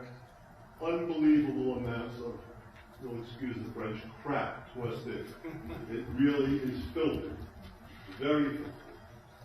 People do that. So, one thing I just want to bring to people's attention is if you put in a road that runs for, I don't know how many yards, quarter of a mile or thereabouts, into the nature preserve, the impact is not the road and etc. It's what's done alongside the road. As a person who hikes in the nature preserve from time to time, one of the most annoying things is to listen to car traffic. If you want to be in a natural area, then the impact of cars and buses and people talking, especially cars, really detracts. Anybody who enjoys nature will appreciate that this is something that's not desirable. So that's one factor that I think we want to consider. And the second, and my last point, is I don't understand why education about the environment and nature has to be viewed as occurring exclusively in a building that's in the nature preserve. Certainly nothing replaces the experience of seeing and touching and doing and smelling and observing. But in order to have nature education, as all of you who watch NOVA and all the programs, walk around, you can get nature education in places other than the nature preserve. So just 2 factors that I want to mention for consideration as we try and figure out the best course to follow.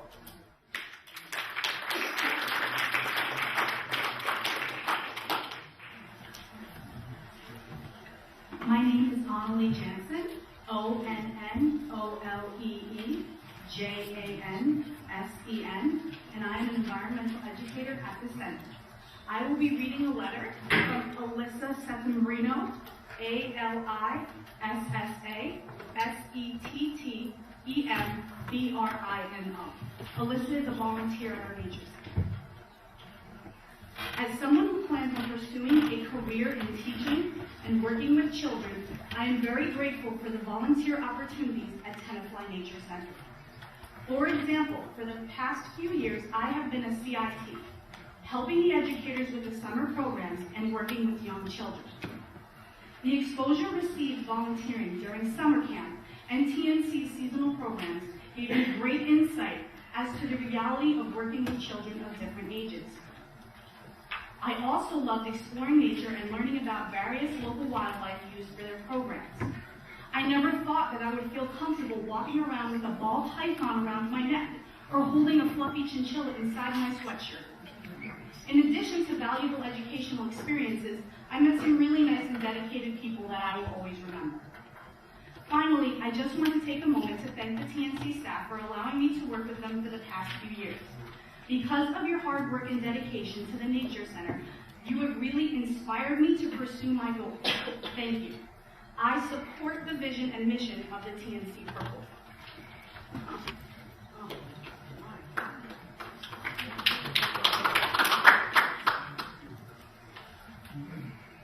Hi, my name is Rohan Kian. I'm Sir, can you say your name again and spell it? Yeah, Rohan, R-O-H-A-N, K-I-N-G-A-N. I'm a senior at Tenafly High School. I'm also Boy Scout with the Boy Scout Troop E6, and I am just recently finished an Eagle project at the Nature Center. I just wanted to say that I've worked closely with Mr. News. I've worked closely with Amanda to finish the Eagle project, and they're the experts. They know what is going on. I can tell you that I'm not an expert, and I trust them. I trust them implicitly to do what's right with the Nature Center. I don't have much else to say other than I trust them. I think we should leave the experts to really decide what to do here. But I do want to say that the Nature Center is an amazing resource for Tenafly. And there was one night when the Boy Scouts of America actually had a meeting. Troop Basic had a meeting up there. And it was a dark night, and it was a cold night, and unfortunately, our Scoutmaster's wife could not come up the hill to pick up the children because her car would not go any farther up the hill. Now, the Nature Center is a very, very valuable resource, and I think it needs the entrance it deserves. And I think West Clinton and East Clinton would be a great entrance to really give it what it deserves, and help everyone learn.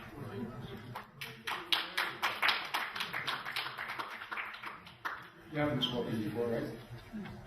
Please.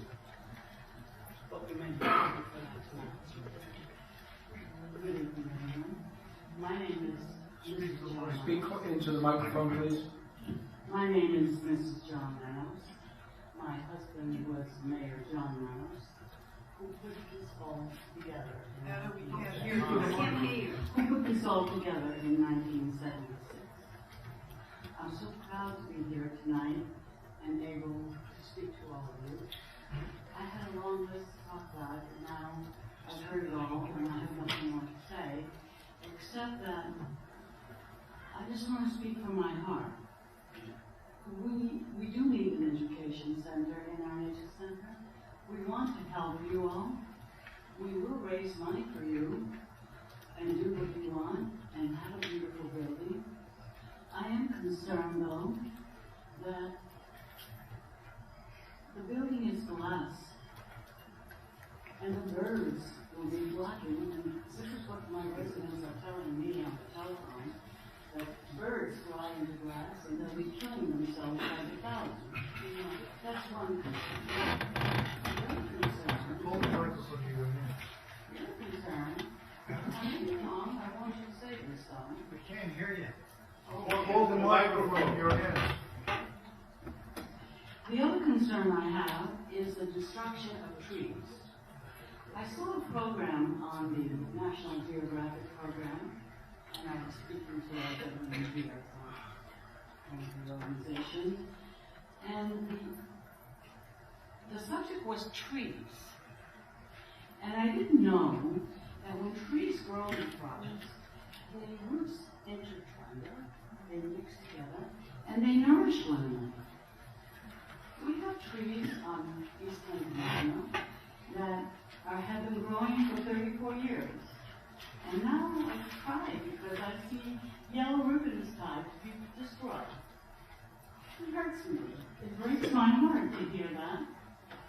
It breaks my heart to hear of the flooding that we may have because we are not like like the Green Acres in the rest of the state of New Jersey. Our Green Acres is on Palisades. We have tons of water there. I don't care what building they build, the water is coming. And what are we going to do then? We have spent over $2 million on Angle Street and Hudson to control the water. We still have problems. Well, that's all I have to say, except I feel like I'm the alpha and the omega here tonight, but I hope that we have a referendum and that the people will speak and let our mayor and council do the right thing like the mayor in 1976. And that was John. I do not understand why the organization's proposal for a new building should be subject to a referendum. Anyone who has stopped in the current visitor center, which dates back to the 1960s, understands the need for a new facility that will accommodate the active and large program that TNC offers. The new building on the south part of the nearly 400 acres will be more accessible to visitors, and its location will remind all who pass of Tenafly's glories. Its new building's location will be easier to find, helping the community understand the extent and the value of the open space we and the whole town have protected. I believe the Tenafly Nature Center's educational programs and the miles of trails they maintain are a major asset to our community and to Tenafly's residents. Let us take this opportunity to display it to all who pass, reminding them of how great our town really is. And I'd like to add on a couple more words just about the main problem that the people in this room seem to have, which is the location of the building. Now, I'm a student at Tenafly High School, a junior and a Boy Scout, and I've volunteered at the Nature Center quite a bit over the years. And from what I've seen, going to the Nature Center is more visited programs such as Nature Day and the other programs that the Nature Center has that attract a large crowd, is that the current location is not adequate. It's not simply the site that is the problem, it is the road. Hudson Avenue simply cannot handle the type of traffic that the Nature Center, especially with the larger building, would draw, drawing people to see the nature that we have in this town. I'd like to just talk about one of the nature days that I've volunteered at, and that's the parking problems that we have at the Nature Center. There is not enough space. There could not possibly be enough space. There are people parked half a mile down the hill. So to accommodate these programs, to have a Nature Center that can truly welcome people and allow them to experience the nature that we have in our community, we need to have a more accessible location. And I'm not an expert, I'm not an architect or an engineer, I'm just a high school student, but I trust the architects and the engineers that the Nature Center has hired that the location on East Clinton is the best location. So I would like to give my and my grandfather's support for this project. Thank you.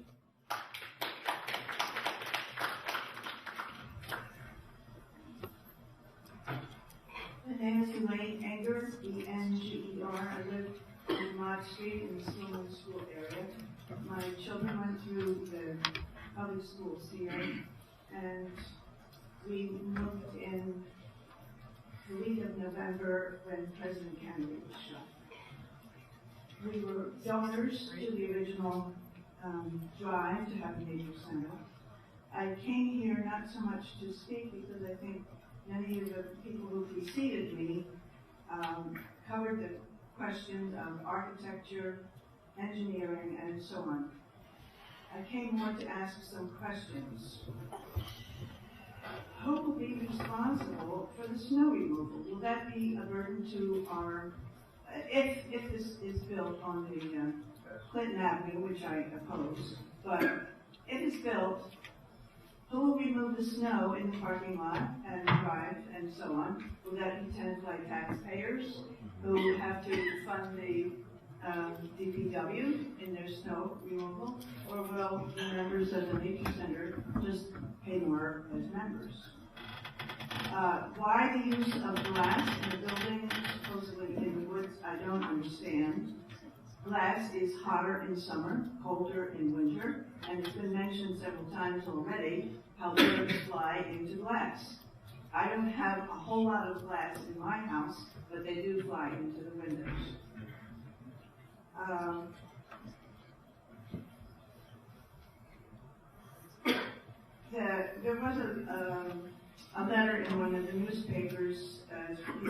writing in expressing their opinions about this question, about the classrooms, and the writer mentioned that nature itself is really the main classroom, as the previous speaker just mentioned. I do not understand, and I address this question to the mayor and council, why the opposition to a referendum. We had a referendum about the light rail. I don't know whether it meant anything, because I think the train company was going to do whatever they wanted to anyway, whatever was said. And why the opposition? It's just, I don't understand. We are the people, it's been mentioned over and over. The taxpayers, the people, the residents of this town are the owners of this property. We are the voters. We voted for you to be our representatives. And if you're not willing to be our representatives and let us tell you what we think about this question, there are very strong feelings on both sides, and we ought to know through a vote.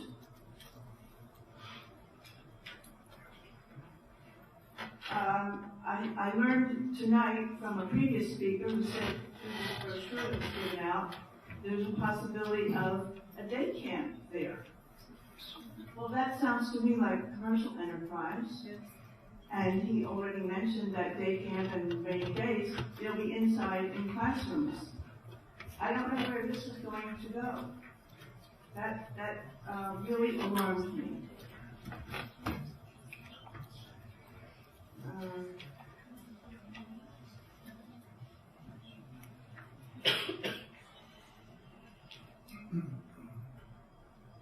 I think previous speakers have probably said everything I was going to say, and that's my question to the mayor and council. Thank you. Thank you.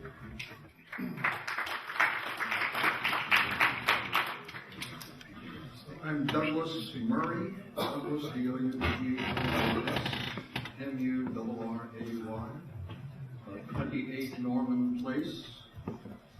I've lived on Norman Place since I was born, an astonishingly long time ago. Full-time or part-time there. I've traveled a lot. It occurred to me as I was listening that my lot on Norman Place offers an interesting comparison. The large footprint of the proposed nature center is less than half the size of my property, my lot on Norman Place. That rather struck me.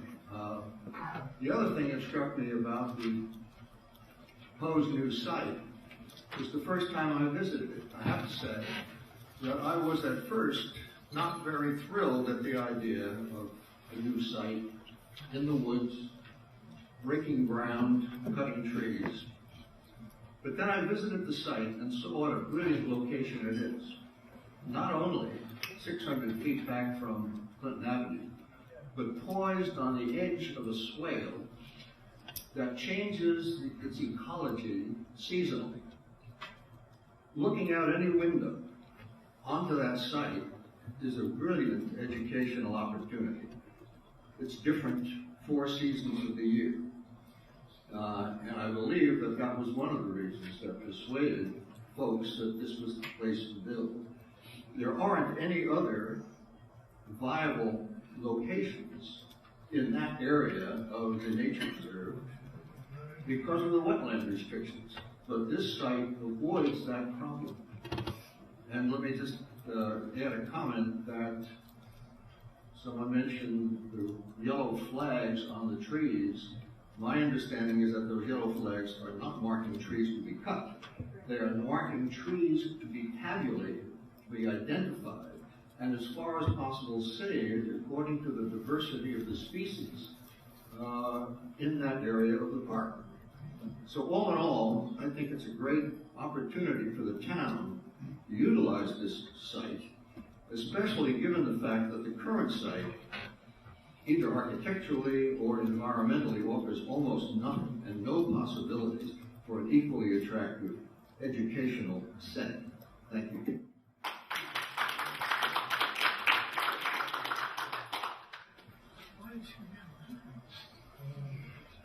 My name is Deborah Davidson. I'm the Director of Education at the Tenafly Nature Center. I live in Hackensack, New Jersey. Over the past decade, while I've been working at the Tenafly Nature Center, it's been a long time, we've had to turn away countless schools, scouts, families, adults from a multitude of our environmental education opportunities due to the current location. Our inability to take in these groups and these people has made it so that they're not able to learn and gain the understanding they wanted to in the nature found in Tenafly.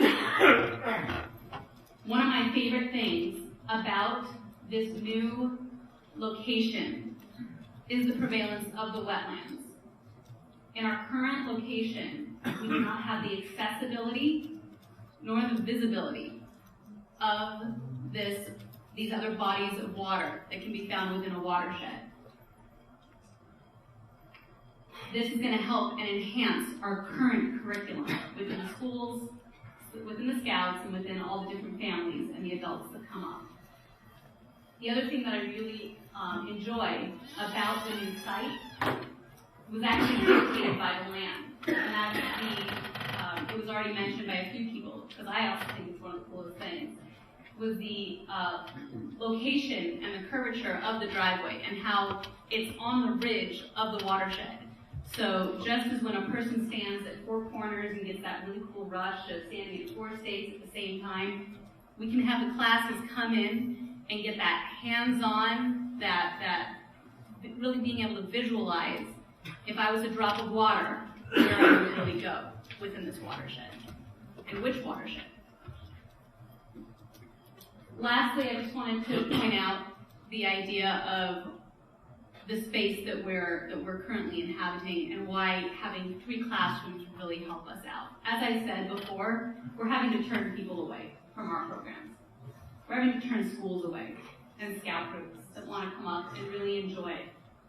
Teaching outside is something I've dedicated my life to, but it's difficult.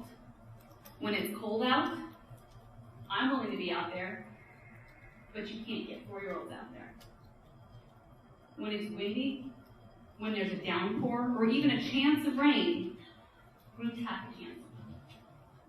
And as far as our summer camp program and all of our other seasonal camp programs go, that happen throughout the year at our nonprofit organization, they offer parents an opportunity and an educational program for kids to take part in during the summer and other school breaks, so they're able to continue learning about our environment.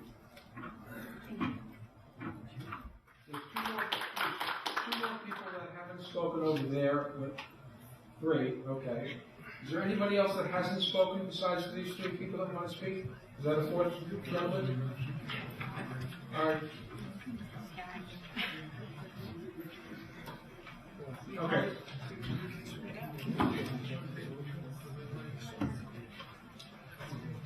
I'm Byron Allen, B-Y-R-O-N, A-L-L-E-N, better known as Gus. Only my mother used to call me Byron. One of the things that some of you may be concerned about but not be aware of, this plan by the Nature Center is fully consistent with our master plan. And as you know, the master plan is the use of land in any town, community, or whatever.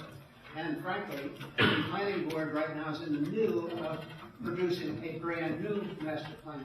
The old one was dated 1992. Second thing, despite my gray hair, I look forward, not backward. What I'm concerned about is 5, 10, 15, 20, 30 years from now.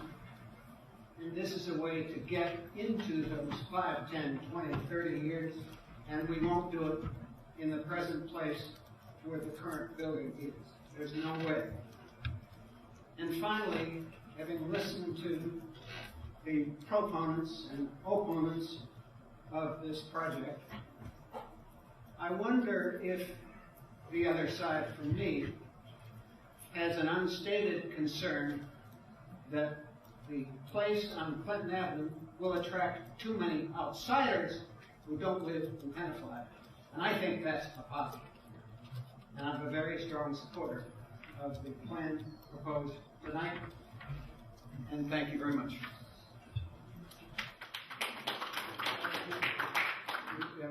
Sure, 1 second.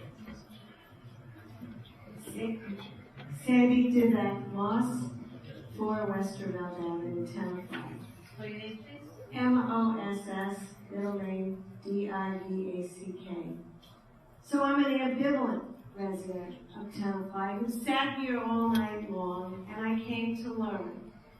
And for those of you who don't know me, I was for many years, I think 9, on our zoning board of adjustment, and I believe 4 or 5 having chaired also our environmental commission, and was one of the most vocal residents early on in preserving 153 Angle Street and annexing parkland to the Davis-Johnson Park that we all enjoy today. And in speaking very, very vocally regarding the use of Green Acres land for expansion of our police station. And I think the new precinct is really a boon to our safety. This is an instance that is crying out for a referendum. And you, as our governing body, should please hear that. Hear your populace. Listen carefully. Give us more opportunity to grow and to explore and to hike the land. I've hiked up there, but as a citizen.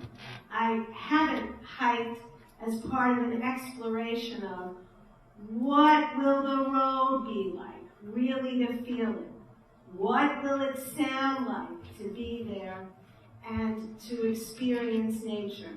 I understand the value of the structure and the ability to see the wetlands, but there are other ways to teach our next generations about wetlands.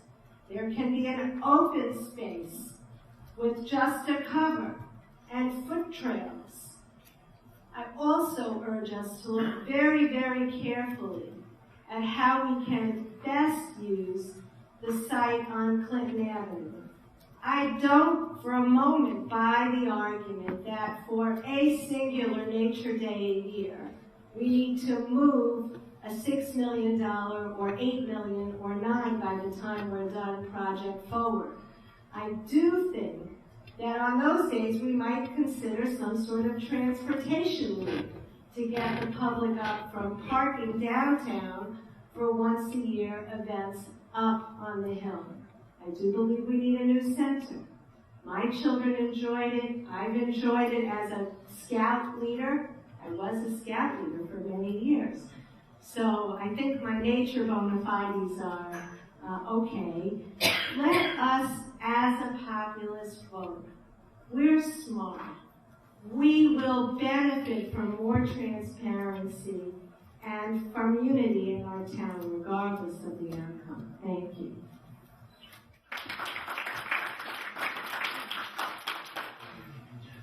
My name is Ellen Kuhn, E-L-L-E-N, K-U-H-N. I live at 73 Park Street in Tenafly, and I actually grew up in this town, so I have known the Nature Center for my entire life. I wanted to read an excerpt from an article that Nadine Fryman wrote in 1976. She was president of the Tenafly Nature Center Board of Trustees during the fight to save the Longwood Preserve. She wrote, "This is not a park where you find swings and baseball diamonds, and it is not a nature preserve where you are not supposed to find people. It is a nature center where you are, which encourages quiet strolls among the trees and active participation in educational projects ranging from classes to volunteer work. Thanks to many far-sighted individuals and years of cooperation between the Borough of Tenafly and the Tenafly Nature Center, the people of this town have had a natural park since long before ecology became a popular subject. Over the years, thousands of members and volunteers have spent hundreds of thousands of hours in these woods. It's our turn to step up. I believe it's up to our generation to bring this vision into the future, to build a new education and discovery center on East Clinton Avenue, to serve our community and provide for future generations.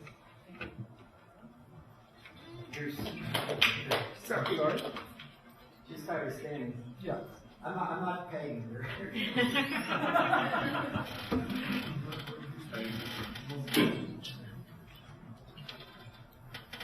Johanna Gambro, Johannne Gambrill.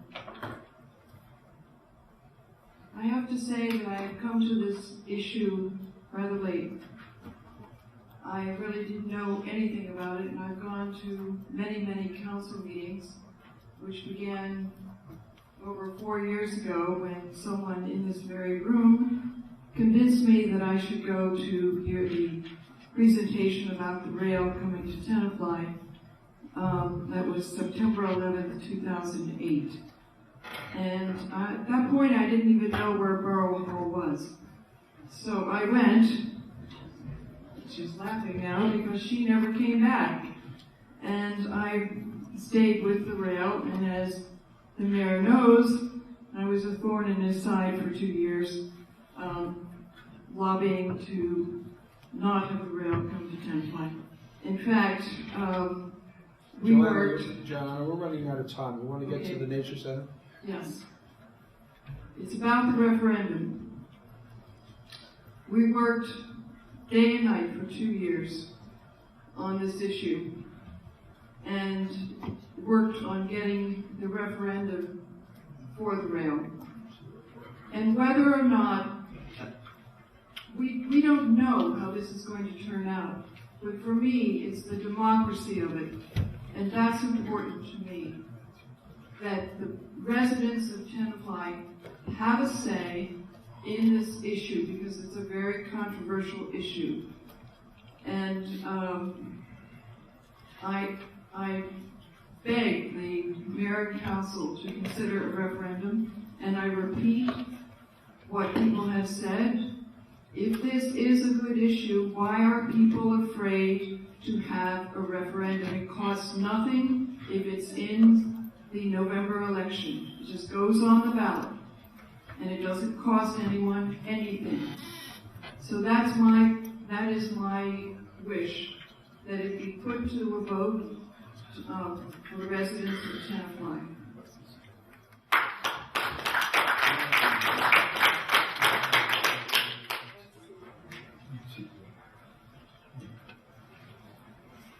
My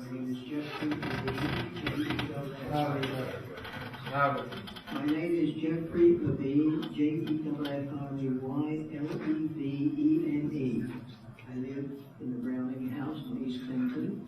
I've been a resident of Tenafly for 47 years. I feel as if I was at 2 meetings during the first 2 hours. The first hour, or maybe a little more, there was a very, very fine presentation on behalf of the Nature Center, which seemed to be factually correct. Following that, there was an opposition, basically from 3 people, and I'm sure that their statements were, in their mind, absolutely valid and correct. But it didn't appear that any of them had listened to what had come before. Now, I just raise these points because I question the value of a referendum where you've got 2 sides screaming at each other, where facts aren't established, and I support Captain Belchian saying these things can be very divisive, and although it's not expensive to put it on the ballot, it would be very expensive in terms of the campaigning by the 2 groups, and I can't see any benefit. I share with the young man who spoke before, I have a lot of faith in the board of the Nature Center, and I would like to support them on this project. Thank you very much.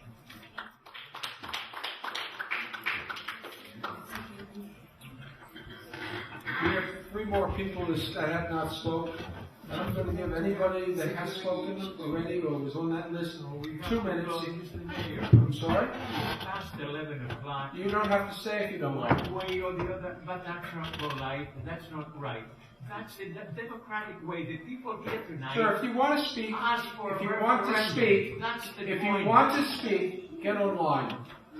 But too many people have spoken, Mr. Hi, I'm Tony Martin. Close. I live at 400 Johnson Englewood. It's TonyMartin.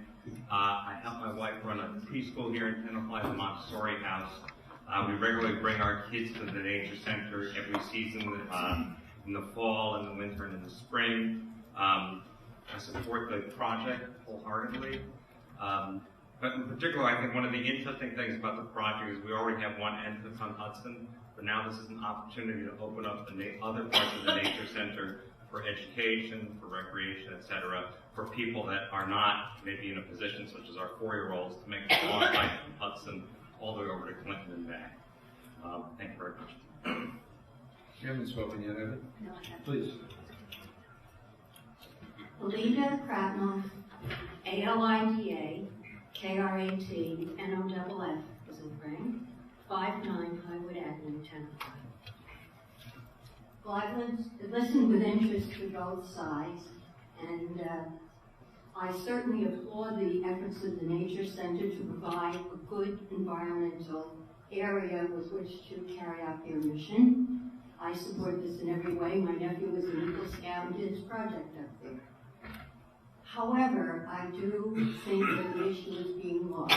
Everyone in this room, I think, supports the Nature Center's program. What we're questioning is the choice of site. The very name, Lost Preserve, the word preserve is there.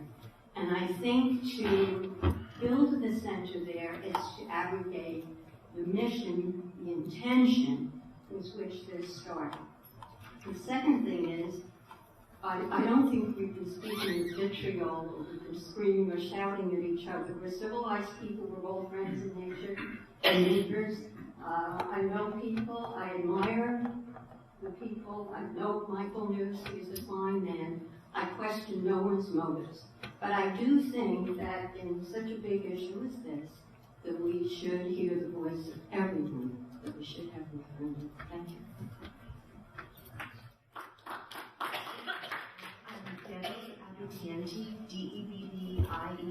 DEBBIEABITANTE. I've lived in 152 Hudson Avenue in Tampa. I've lived here for 20 years. I've been a mother of an active young boy looking into that one-room schoolhouse when he really wanted to see the snakes, but there was a class going on. I've been the teacher of preschool students sitting on the floor watching families look in from the outside, wishing they could come in and see the animals, but we were in there in class. I'm hearing so much talk tonight about the parcels. We're so lucky that every single parcel came to be the Tenafly Nature Center. But from my perspective as a short-lived resident, it's one piece of land. The deer see it that way, the raccoons, and the trees. And I would argue that our trails, red, white, and yellow, are well worn to the point of needing maintenance. The back parcels are rarely used because most of us don't have time, some are not physically able to get there. The new site would open up the entire parcel of land in the most sensitive, thoughtful, preservationist way, and all of us would benefit. You haven't spoken yet.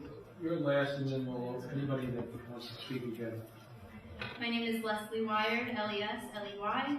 Wyard is W-H-Y-A-R-D. I'm a resident of Westwood, but I'm the development manager for the Tenafly Nature Center, development as in fundraising. My focus is memberships and donations, which bring a substantial amount of income into the Nature Center to allow us to keep running and doing what we do. Another portion is, of course, environmental education. I just want to bring up the concern about having a new building built at the Hudson Avenue site. We would either need to close for at least a year, in order to make that happen. Otherwise, I heard the suggestion of trailers on the site. Since we have a 17-car lot, having children come up, if their families were in a school bus for a program, with a construction site going on, with very limited parking space, I wonder where the buses would go, other visitors coming to the nature center would go, and it's just, as a mother of a 4-year-old, having children near a construction site does not sound like a good idea to me. I also want to bring up the idea that was talked about as far as education being, the environmental education being outdoors. That is certainly our philosophy. Our Nature Day camp primarily is outdoors. But again and again, when I answer that phone, we have scout leaders and parents and teachers calling out concern that it's going to be too windy or rain or too hot. They want to cancel for the day, 2 days out because they're getting flack from parents that it's going to be maybe a thunderstorm for a campfire night hike. And it is important to have that indoor space to present environmental education, but also to preserve our income. And just to be honest, we're an independent nonprofit, and it's important. And my daughter has a Christmas Eve birthday, and she loves animals and nature and the Tenafly Nature Center. And because we have the space, and we'll have even greater space, she was able to have her birthday party and still feel like part of nature with the animals and environmental education that we provide. So I just wanted to share my views, and thank you. Thank you. Lord. Hi, Lori Starr, Starer, and I'm on Stanton Road. I wanted to thank the mayor and council and the Tenafly Nature Center for a very thorough and exhaustive evening. Very impressed with the presentations, and I thought that the points on both sides came from the heart, and I'm sure the Nature Center will respond with specifics if some of the points haven't been addressed. One point that really bothers me is the word transparency kept coming up.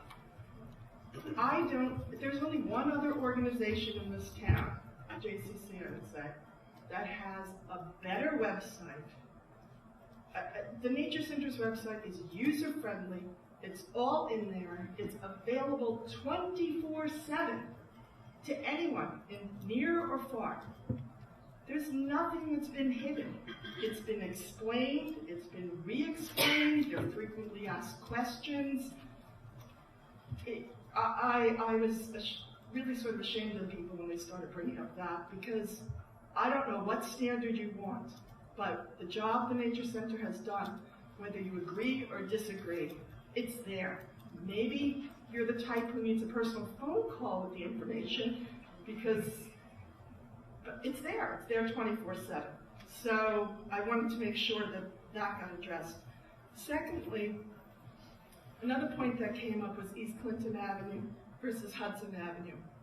No matter where the new building is built, you're going to have to deal with the NIMBY aspect of the neighbors on either area wanting to make sure there isn't flooding or spill off, and I'm sure the Nature Center and the borough engineers will make sure that it is addressed and handled appropriately.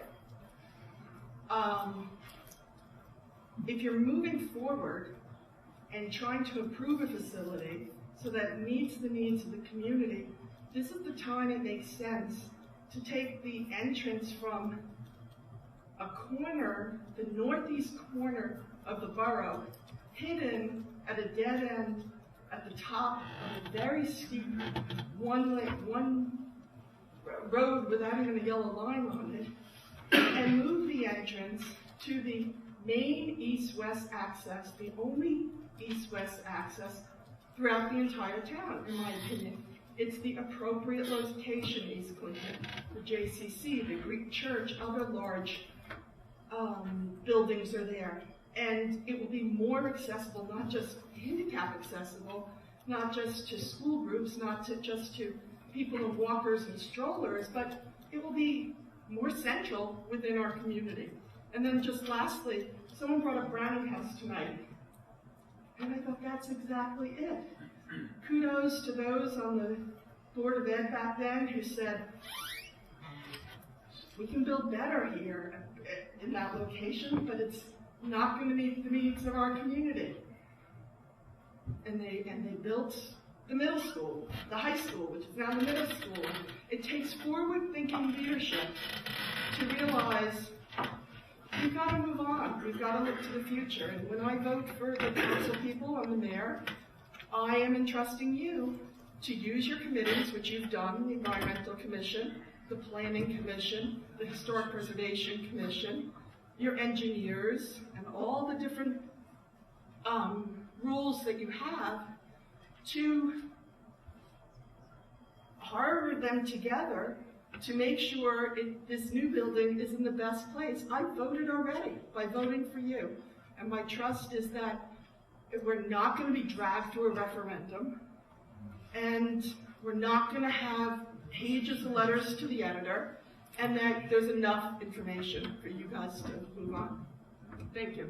All right, if there's anybody else that would like to speak, now's the time to get on the line, okay? And I beg of you not to be repetitive, okay? We've heard a lot, numerous times. If you have something fresh to say, God bless you.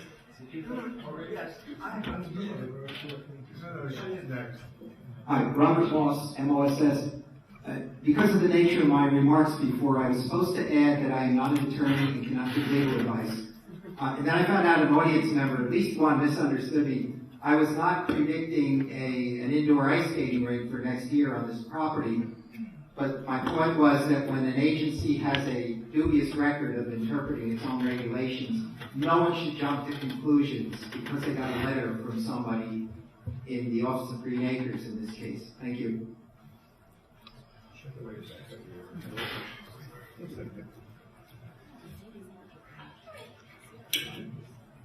I'm Anne Kelly, A-N-E-K-E-L-L-Y, 24 Midwood Road in Tenafly, 54 years. I've been here long enough and traveled back and forth to New York City. Never have I seen Green Acres look like a war zone as it looks right now. It's terrible, and it's because of the last two storms. I'm just wondering if you go over to the Green Acres property and you remove, I don't know how many trees it would be in order to just put in your building, and the parking, and whatever else is going to be needed. What are you going to do with those trees? Because I understand that the proper thing to do, if they fall or if they're cut down, you should let them lay because it's good for the soil. Now, if it's good for the soil, what are you going to do with those trees when they're removed for the property that you want to put in the Green Acres?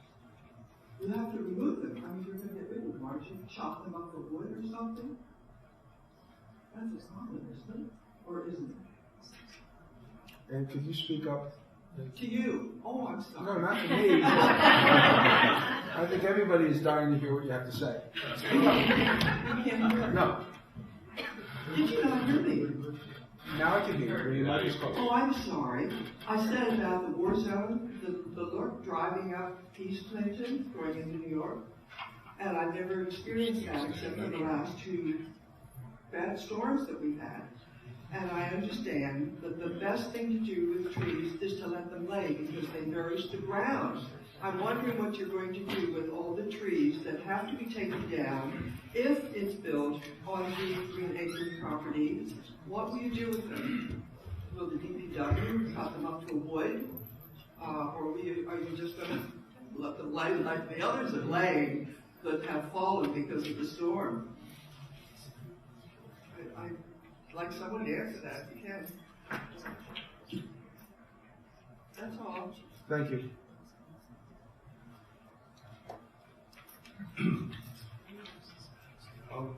Jada Simpson, 12 Woodland Park Drive.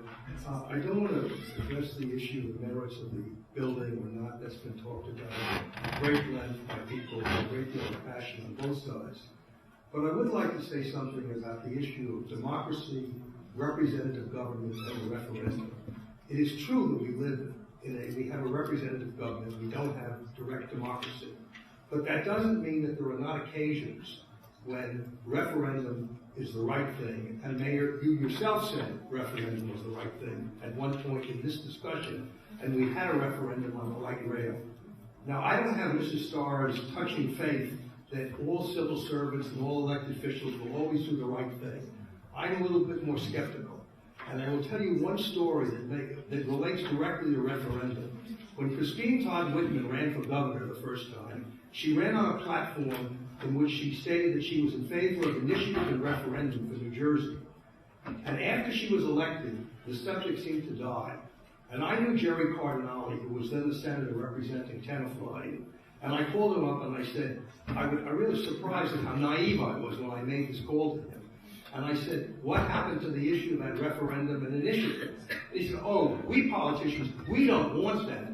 Well, what I'm afraid is coming across this evening is a feeling that you politicians, you don't want a referendum. You don't trust the public, even though everybody agrees that this is a serious, important issue. And I'm not afraid about it being divisive. I think that's part of the democratic society, is that you have divisions, and sometimes, not always, but sometimes you allow the voters to have the say. And I really urge you, as part of your constitutional responsibility, to consider seriously your responsibility, not necessarily a legal responsibility, but a moral responsibility and a political responsibility to carry through with what the mayor had promised he would do and hold a referendum. Thank you.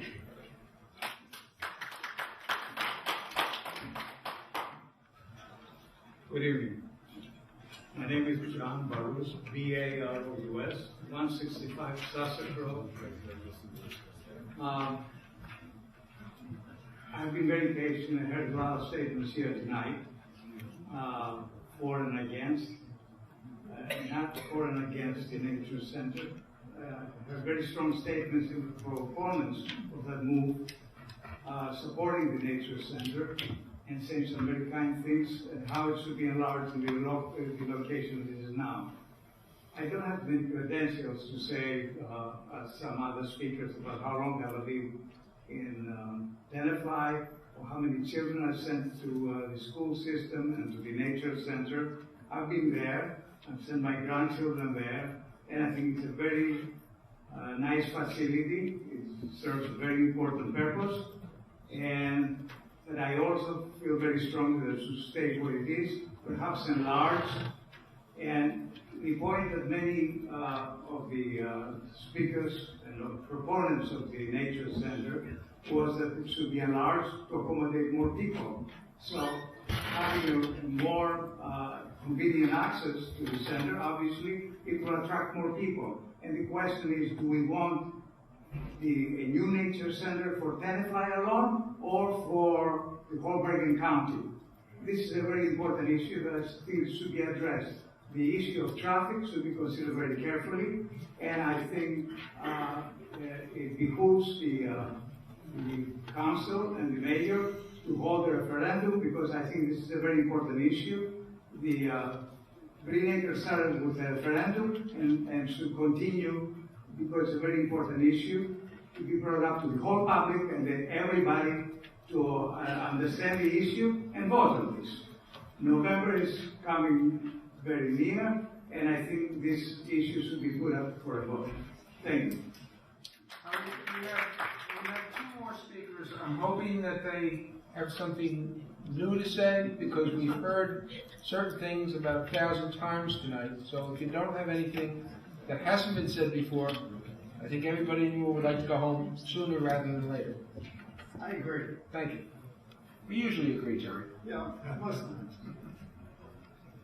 There's been a lot of discussion, though, about Microphone. more accessible to more people. If that be the case, why not move the entrance up on 9W? You have many times more traffic going through that area than on East Clinton Avenue. Wetlands and it belongs to the Palisades. No, if you look at that map, I'll be glad to show Oh, you don't have to. No, I mean, Just finish up. there's that whole area up there is dry land. It's only where mostly in the area that they want to put the new proposed center, you have a lot of the wetlands. The other point I want to make is there's something about tradition to be respected. Many years ago, when the Browning School was abandoned, there was a movement to tear it down and build a shopping center there. And many of us took exception to that because of tradition. People bring their children there, where they went to school, their grandchildren and great-grandchildren. And as a result, the mayor and council were persuaded to keep the building and have it restored as it is today.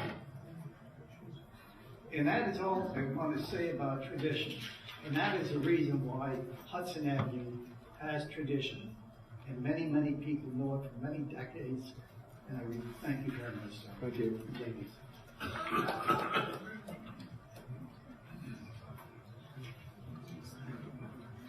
I'll be brief.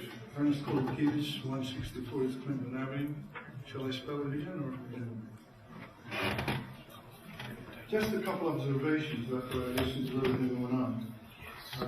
Most of the speakers on that side, in one form or another, were associated with the nature center. It almost looked like they were coming here tonight, brought here to support their kids. I guess that was their right and they expressed it. Our right is to have a referendum so the voice of all the townspeople can be heard. Why are you afraid of the referendum? A referendum is a democratic way for people to express their minds, for these people here to learn where people stand on this issue. It's the only way to solve this problem. Also, most of the people on that side, 90% of what they said, we agree with. We need a new nature center. We need to educate the kids, although let's not pretend that all of a sudden the nature center is the school of Tenafly. It isn't. We have an official school. Their role is a supportive one, to teach the kids something additional to what they're taught in the school system. And the best classroom for that is the outdoors, not the indoors. We don't need, spectacular rooms to do that. As for the river keeper, the so-called river keeper who spoke, number one, he's not a resident of Tenafly, and Mr. Mayor, you expressed negative opinions about outside people when they voted, and we submitted some green votes to you that, oh, well, some of them were out of town.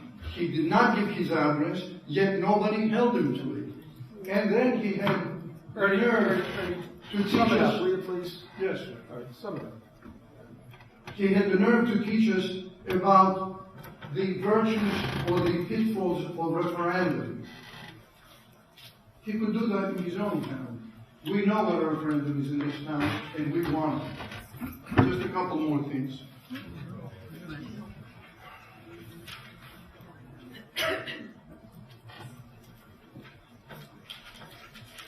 I guess I'll emphasize again.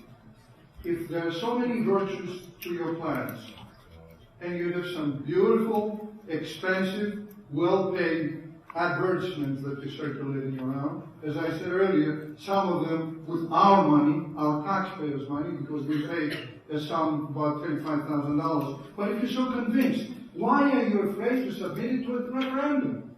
That's the only solution. We're going to insist on it until hell freezes over. Thank you. We want a referendum, and thank you. All right, two quick announcements. One is if you'd like to live through this night again, it'll be a mini-series on Channel 77. Peter, I think it's the material for reality. Also, just to let you know, I promised David DiGregorio, who was involved with the video taping that I mentioned, tomorrow at 11 o'clock in the Tenafly High School Library, there's a presentation on the United States, the USS United States, the ocean liner. I think will be a very interesting presentation that's open to the public if anybody else is interested. And I would urge a member of the governing body to make a motion to adjourn. So moved. Thank you for sitting through this and being part of the process.